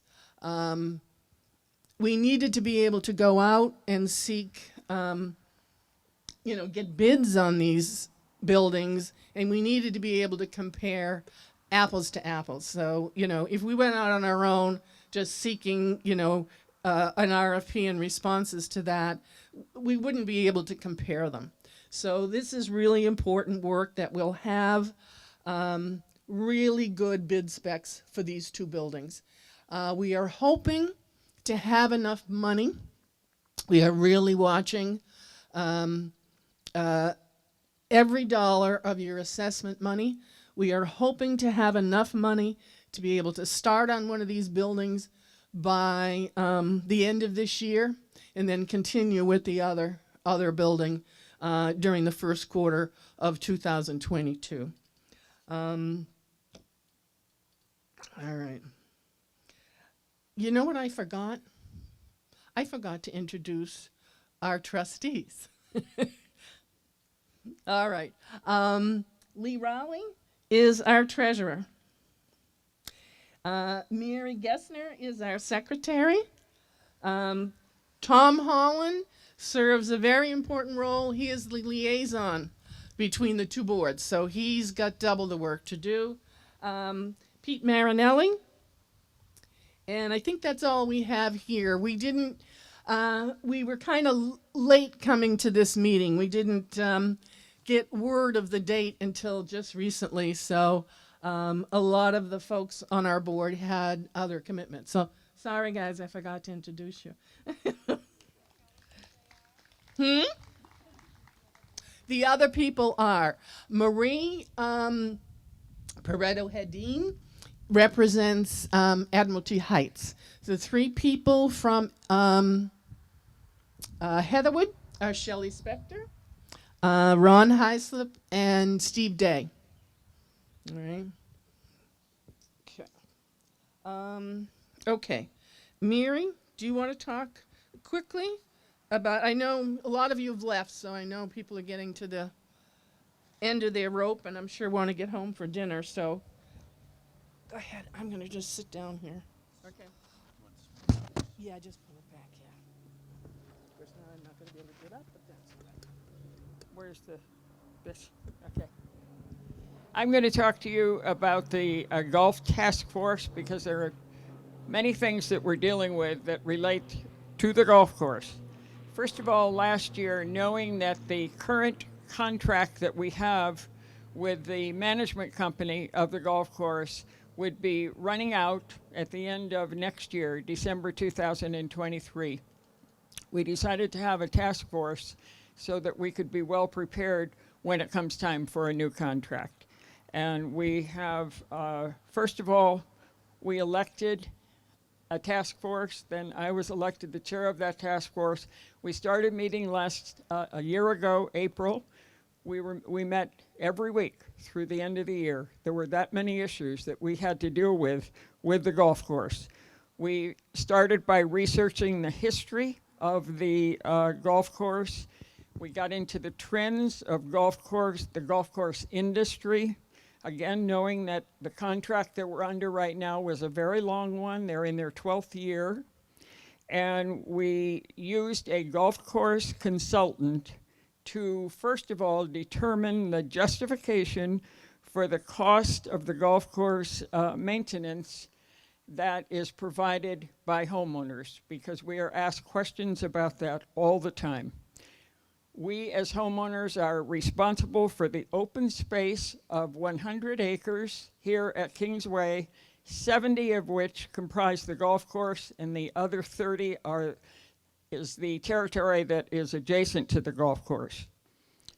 This year we've continued with this task force. Now we are meeting every other week. And again, we're starting by using some of the work that was done by our consultant this past fall. And that company and that consultant work for a company called Greenplay. They are considered the best of open space experts in the country. And they sent to us their golf person who was really experienced in the area of golf. He had managed many golf courses and he had participated in negotiating many golf contracts for management. And the company prepared a draft, which we have people who are working on it, a draft for an RFP. We will be sending out a request for proposals for managing this golf course starting January 1, 2023. And so we're, again, as I said, we're researching the golf management industry. Well, the new company will start January 1, 2023, but it will take this amount of time. Bob Miller and Joe Goulart, who've been managing the course for 12 years now, will be invited to respond to our request for a proposal, and we will be sending the RFP to other companies as well. We have a fiduciary responsibility to you to know what is in the best interest of the homeowners for the future of this golf course and who will manage it. But very definitely, Bob Miller and Joe Goulart will be invited to participate. Let me just mention that members of the task force, first of all, we have 2 trustees from Heatherwood. Keep in mind that with the cost for maintaining the open space that includes the golf course, as Barbara mentioned, it's all 3 entities. So we have Heatherwood and Admiralty Heights participating along with Kingsway. The 2 trustees from Heatherwood who are on our golf task force are Shelley Spector, who has a background in finance and was chair of the council at Heatherwood for the last 3 years, and Steve Day, who has a business background. We also have a homeowner who is a golf club member who had a high-level executive corporate background, and he has been brought on and is very valuable to that task force, and that is Rufus Jones, who is sitting over there in the back. We have 1 trustee, Lee, who is our treasurer, and he is an engineer. And we have 2 attorneys on that task force. One is Barbara Murphy, right behind me, who's chair of our trust, and on the task force, and I am an attorney, and I have been a member of the golf course for 23 years. The biggest challenges that we are facing with the task in front of us for coming up with a new contract for management is that, first of all, because we are a par 60 executive course, many of us love playing on a par 60 course, but from the management standpoint, many of the management companies want a full-size course because they can command a higher fee for playing golf if it's typically a par 72 golf course. We don't have very much competition for executive courses, but that's one thing that we do have to face. The biggest thing we have to face is the current status of our infrastructure. You've been hearing people talk about it. Our irrigation system has been there for just under 35 years. It was recommended to us after 20 years to redevelop the Gulf irrigation system. It wasn't done because there wasn't money in reserves that had been set aside to do that. And here we are going on for 35 years without redevelopment. That will be done eventually, but it had to be put aside because of the siting problems that we had in the homes. In addition to the irrigation system, which we will be getting further experts in here already, the ones who've taken a look at it, have estimated that could cost $800,000 to redevelop the irrigation system. We need to do a lot of work on the retaining walls that are part of the golf course. We need a lot of work on tree canopies and the roots that you've seen that are creeping out and damaging part of the they're part of the infrastructure that has damaged part of the fairways. And as has been mentioned, the cart paths.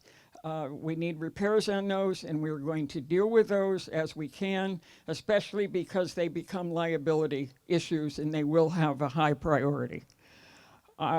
There's not time to give you the information that many of you have asked for, but I want to give you a resource, and I think it is a good one, that will answer just about all of the questions that we've had regarding the golf course and how we're going to deal with it, and especially the status of what we're dealing with. I want to call your attention to the crier that came out in March.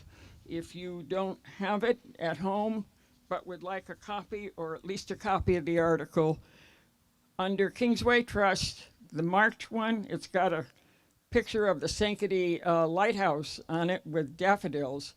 I think you should get a hold of it, because what we're finding is most people, when they move here, sign those documents, but they don't pay a lot of attention to the responsibility they have for open space maintenance, which includes 70 acres of the golf course. And so you will find in the article that starts on page 2 all of the information that relates to your personal responsibilities that you have for being a homeowner and how it relates to the golf course. What we did in using our consultant to come up with some justification for how much we should be paying for open space maintenance. And what we found has been that Kingsway has been paying about $5,000 an acre for the open space maintenance of the golf course. This has nothing to do with golf course operations. It's only open space maintenance. And believe me, that's more than cutting grass. And we have been paying $5,000 an acre for about the last 10 years. Many of you have asked, what's done with the $350,000 that is paid for open space maintenance? What we have found through our consultant, who was very familiar with several studies that have been done, is that the normal cost of open space maintenance for a golf course, that is just a golf course, not a fancy country club, golf only, is between $10,000 and $20,000 an acre. We, as homeowners, are paying $5,000 an acre for the open space maintenance of that golf course. And just know that it's a very difficult job for the people who have not had the adequate development and repair of what needs to be done. But these people are highly trained.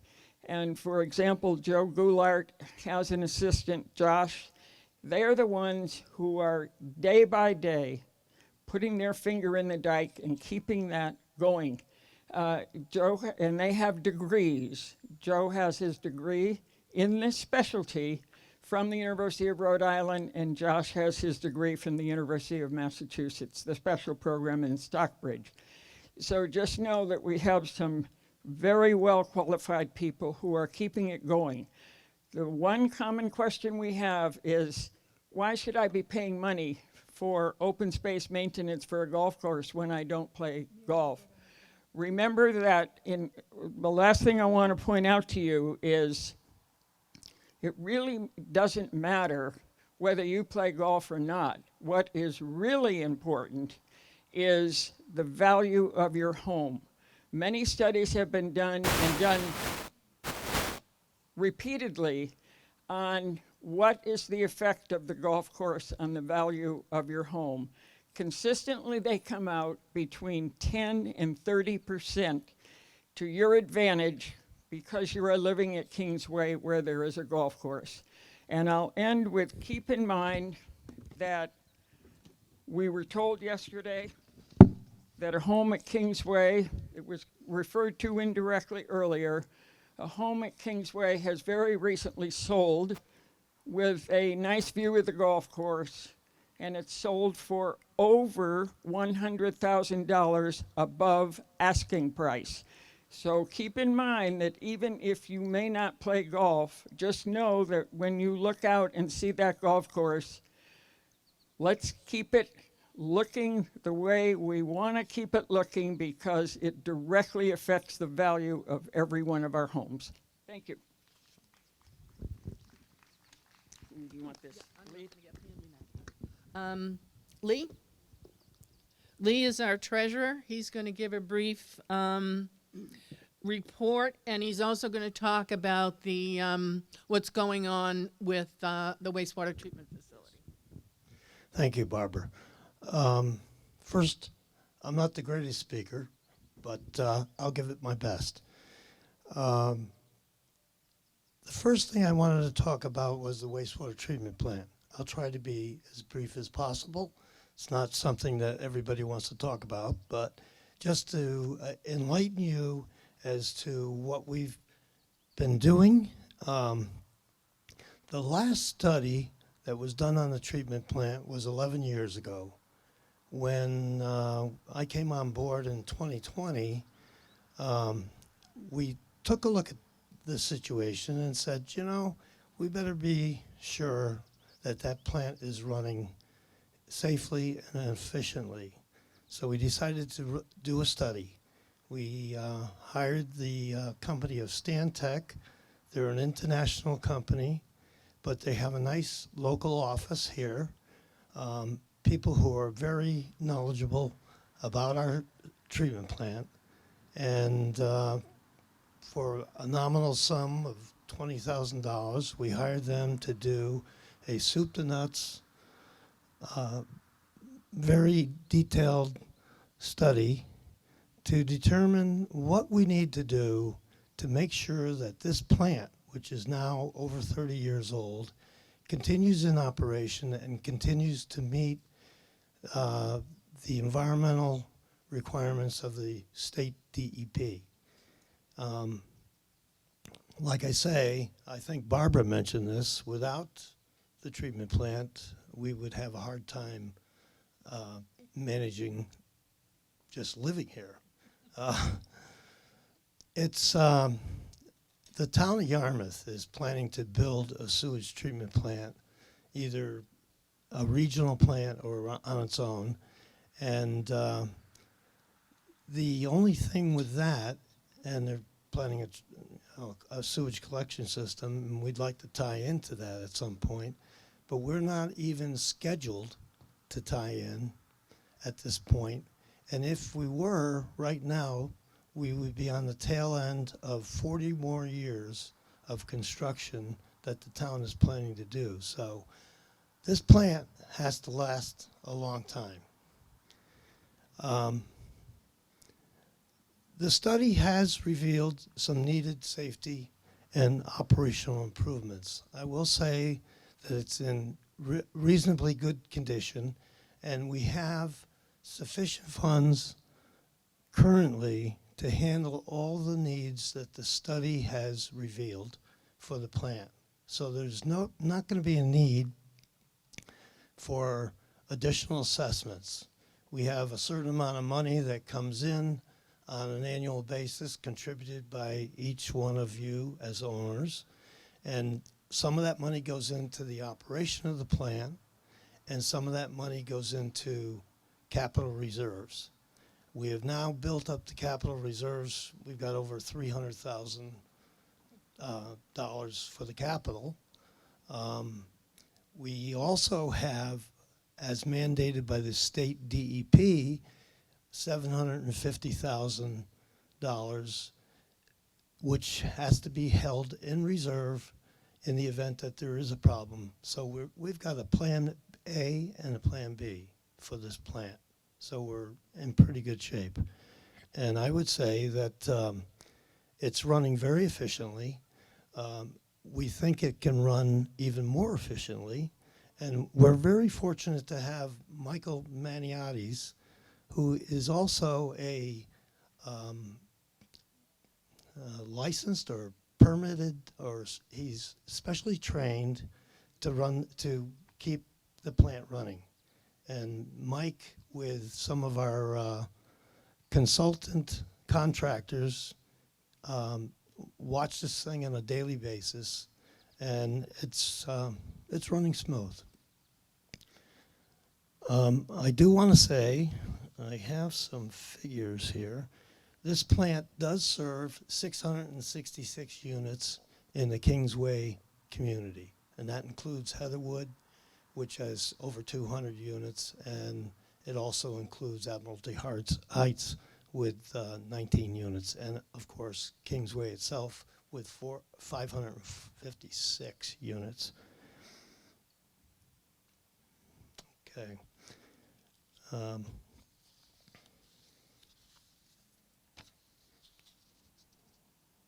Some facts and figures on this. The plant operates with $436,000 a year, and those are contributions that come from your monthly fees, and it also includes money that comes in from Heatherwood and Admiralty Heights.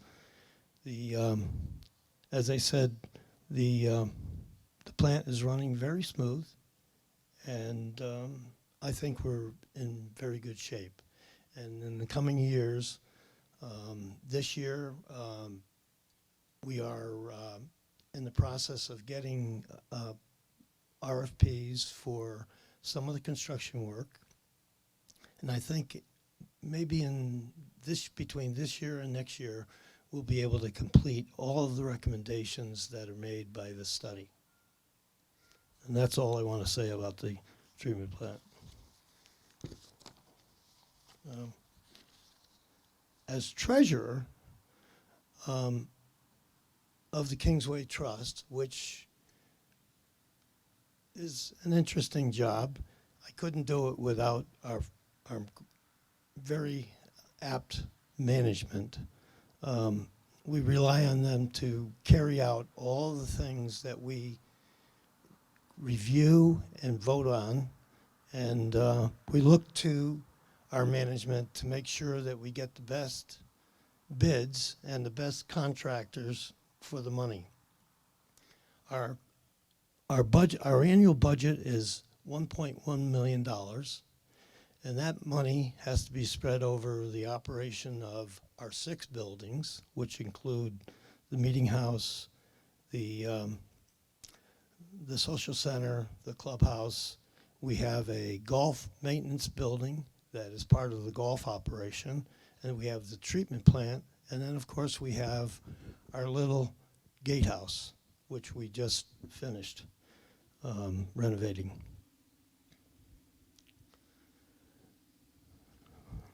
As I mentioned, the Kingsway Trust does serve Kingsway as well as Heatherwood and Admiralty Heights. And it takes care of all the common elements, which I think have been discussed before, but I'll just mention them again. The main circuit road, the Village Green, the Meeting House, Social Center, Clubhouse, Golf Course, Golf Maintenance Building, tennis and pickleball courts, the pool, the wastewater treatment plant, and the wastewater treatment plant and the sewer system. Which, by the way, I'll throw a little pitch in here.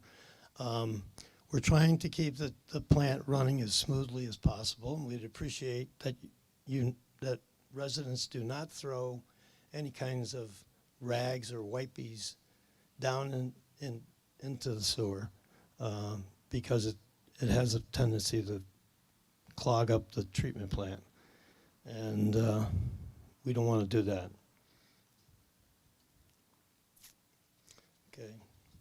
We have a 5-year capital improvement plan, and after 30 years, the buildings are getting a little tired, and there's a need here. You can, if you take a close look at some of the buildings, you'll notice that paint is peeling off the shingles, and we're fortunate that the roofs have been replaced, so that's not part of this upcoming project. But over the next 5 years, we plan to make improvements on all the buildings as well as all the facilities. And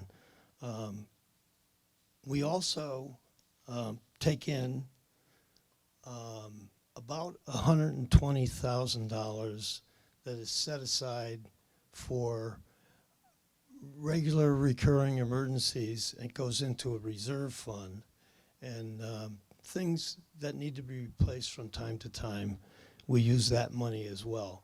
But the idea of having the assessment and doing a capital program at this stage of the game was to try and keep your monthly fees to a minimum. By doing an assessment, we're doing all the major work that needs to be done on all of our facilities, and it's spread out. We've got to actually have a spreadsheet that shows 30 years out when each component we think may need to be replaced. And it's all done on a very nice schedule. So the idea is to do all the major work in the next 5 years and then not have to do any more major work, and maybe we can build up our reserves and not have to spend the money.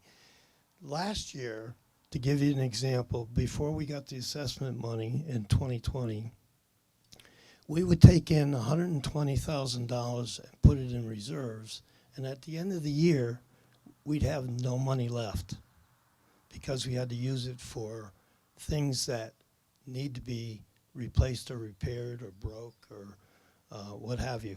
So when you think about it, if you were the treasurer, you definitely want to have a nice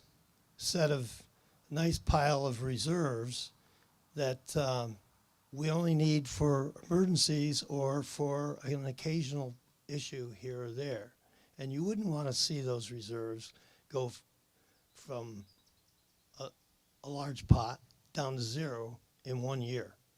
And that's what's been happening. So that is one of the reasons why we determined that it's time, after 30 years, these facilities really need to be taken care of.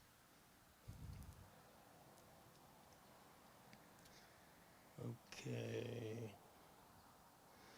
And that's about it. The one thing I can say about operational is right now we are under budget for this time of the year. We haven't spent all the money that we've taken in, and on a monthly basis. So we're ahead of the game. And that's about it. Thank you. Thank you. All right. Can you help me get up? Oh. Thank you so much. Okay. All right. We're going to wrap this up because I think we've lost 3/4 of you. Just quick comments on what we're planning for the rest of 2021. We'll get the pumps and the repairs to the wells done on the golf course. We'll get the RFPs out for these buildings. We are getting the restaurant venting system enhanced and repaired. Manny was expressing a lot of concern. It was getting too hot in there. So we're doing that. Again, everything's getting delayed. We had hoped it would be done by now, but it's taken longer than we had hoped. We're also going to be painting the cooler that's along the circuit. I know many of you can see that from your home. It's kind of glaring and bright, so that will be painted when Farnham comes in here and does painting. He'll do that for us too. And Manny has extended the patio up there and done a very nice job and filled in the landscaping, and he's done that at his own expense. All right, let's quickly go to homeowners' questions. I want to get first, there were a couple that were submitted ahead of time, and one of them was from Lane Dunham and Bruce White. It was about the work that needs to be done on the tennis court. How is that identified and prioritized? Everything we do here on this board is spelled out on our reserves. So the repairs that needed to be done to the tennis court are on there. Unfortunately, when we went out to look for someone to do those, we got a really highball price. I think $120,000. Basically, people don't have the manpower to do it right now. So we're hoping to get that done come next spring, when things ease up a little bit. In the meantime, Mike has done repairs to that court, gotten new nets, and it'll have to hold us till next year when we can get some major repairs done. All right, questions?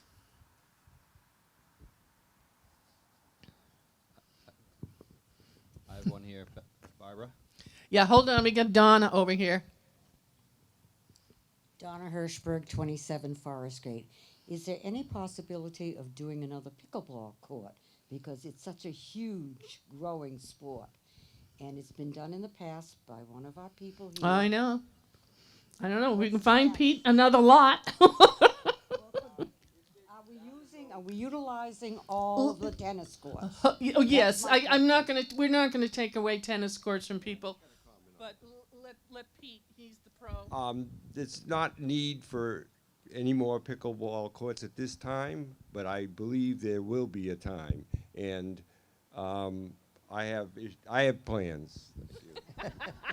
Don't know where they're going to be. Might be in the middle of the green. I don't know. Mike has someone over there. Hi, Barbara. Glenna Capola, 12 Blueberry. Hi, Glenna.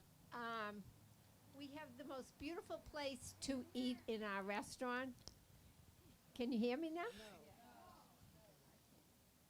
No. Anyhow, we have the most beautiful restaurant up there to eat and watch the golf. And I really was upset when the tiki bar got put in, and it's sitting on our prime sitting area. With that new addition, has it been considered that the tiki bar is moved out of the prime seating area? I feel your pain, yes. We were not made aware that tiki bar was going to appear. All right? Manny didn't approach property management, didn't, seek our approval of that. As many of you know, how can I say this nicely? Manny is a character. So I leave everything up to property management to deal with Manny at this point. I pass it to Kevin. He is aware of it. I don't know how his negotiations are going with Manny, but the board is in full agreement that we would like that shuffled off further down, on that patio. Yeah, we'll definitely be having that conversation with Manny. Was there another? Another question. Yeah. Are there any plans where the old pool is, the old golf pool? If we're having a new golf management, it behooves us to think about putting another pool in. I joined here because there was golf, tennis, et cetera, et cetera. We took away some of their way of making money and getting new members. Yeah, I honestly don't think that is, at least we don't have the money to do that. That the pool was filled in. The expense that would take to excavate that, put another pool in. We are aware it's kind of a prime spot that we'd like to do something with. We've talked about putting in a bit of a driving range or up there. We've talked about putting in bocce courts. But I don't think putting the pool back in is in our budget. Let's put it that way. Okay, I really appreciate you folks hanging in to the end. Barbara, one last question from. Actually, we got two. Oh, sorry. Hi, Walter Ramsley, Boxwood Circle. Do you have any thoughts about building a dog park?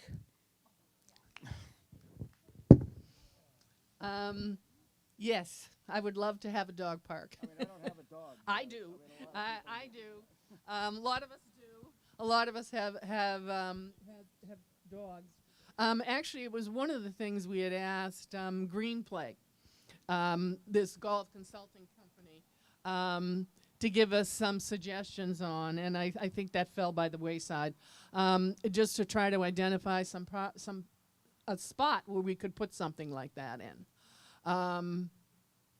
We haven't moved ahead on it, but I would love to see us be able to put in a dog park for folks. We've just got to identify a good spot. How about the 8th hole? The old pool? Oh, yeah, I don't know if that's enough room. Think so? I don't know. All right. We could charge, well, we still have to get people to pick up after their dogs, and people don't do that either. But Barbara, I'm DJ Zerbal from where are Pine. you? I'm right here. Oh. DJ Zerbal has a question. I'm going to ask it for her so everyone Yeah. can hear. DJ asked if the Kingsway Trust would consider taking input from the community on how you plan to side the meeting house and the post office. Certainly, yep. Our plans at this point are to do it, in similar color scheme to the guardhouse. If people think it should be done differently, we wanted to do it to kind of, have a continuity to the look and try to brighten it up. But, yeah, certainly I'd love to hear. All right. Are we all set? Thank you I think very so. much for hanging in here to the end.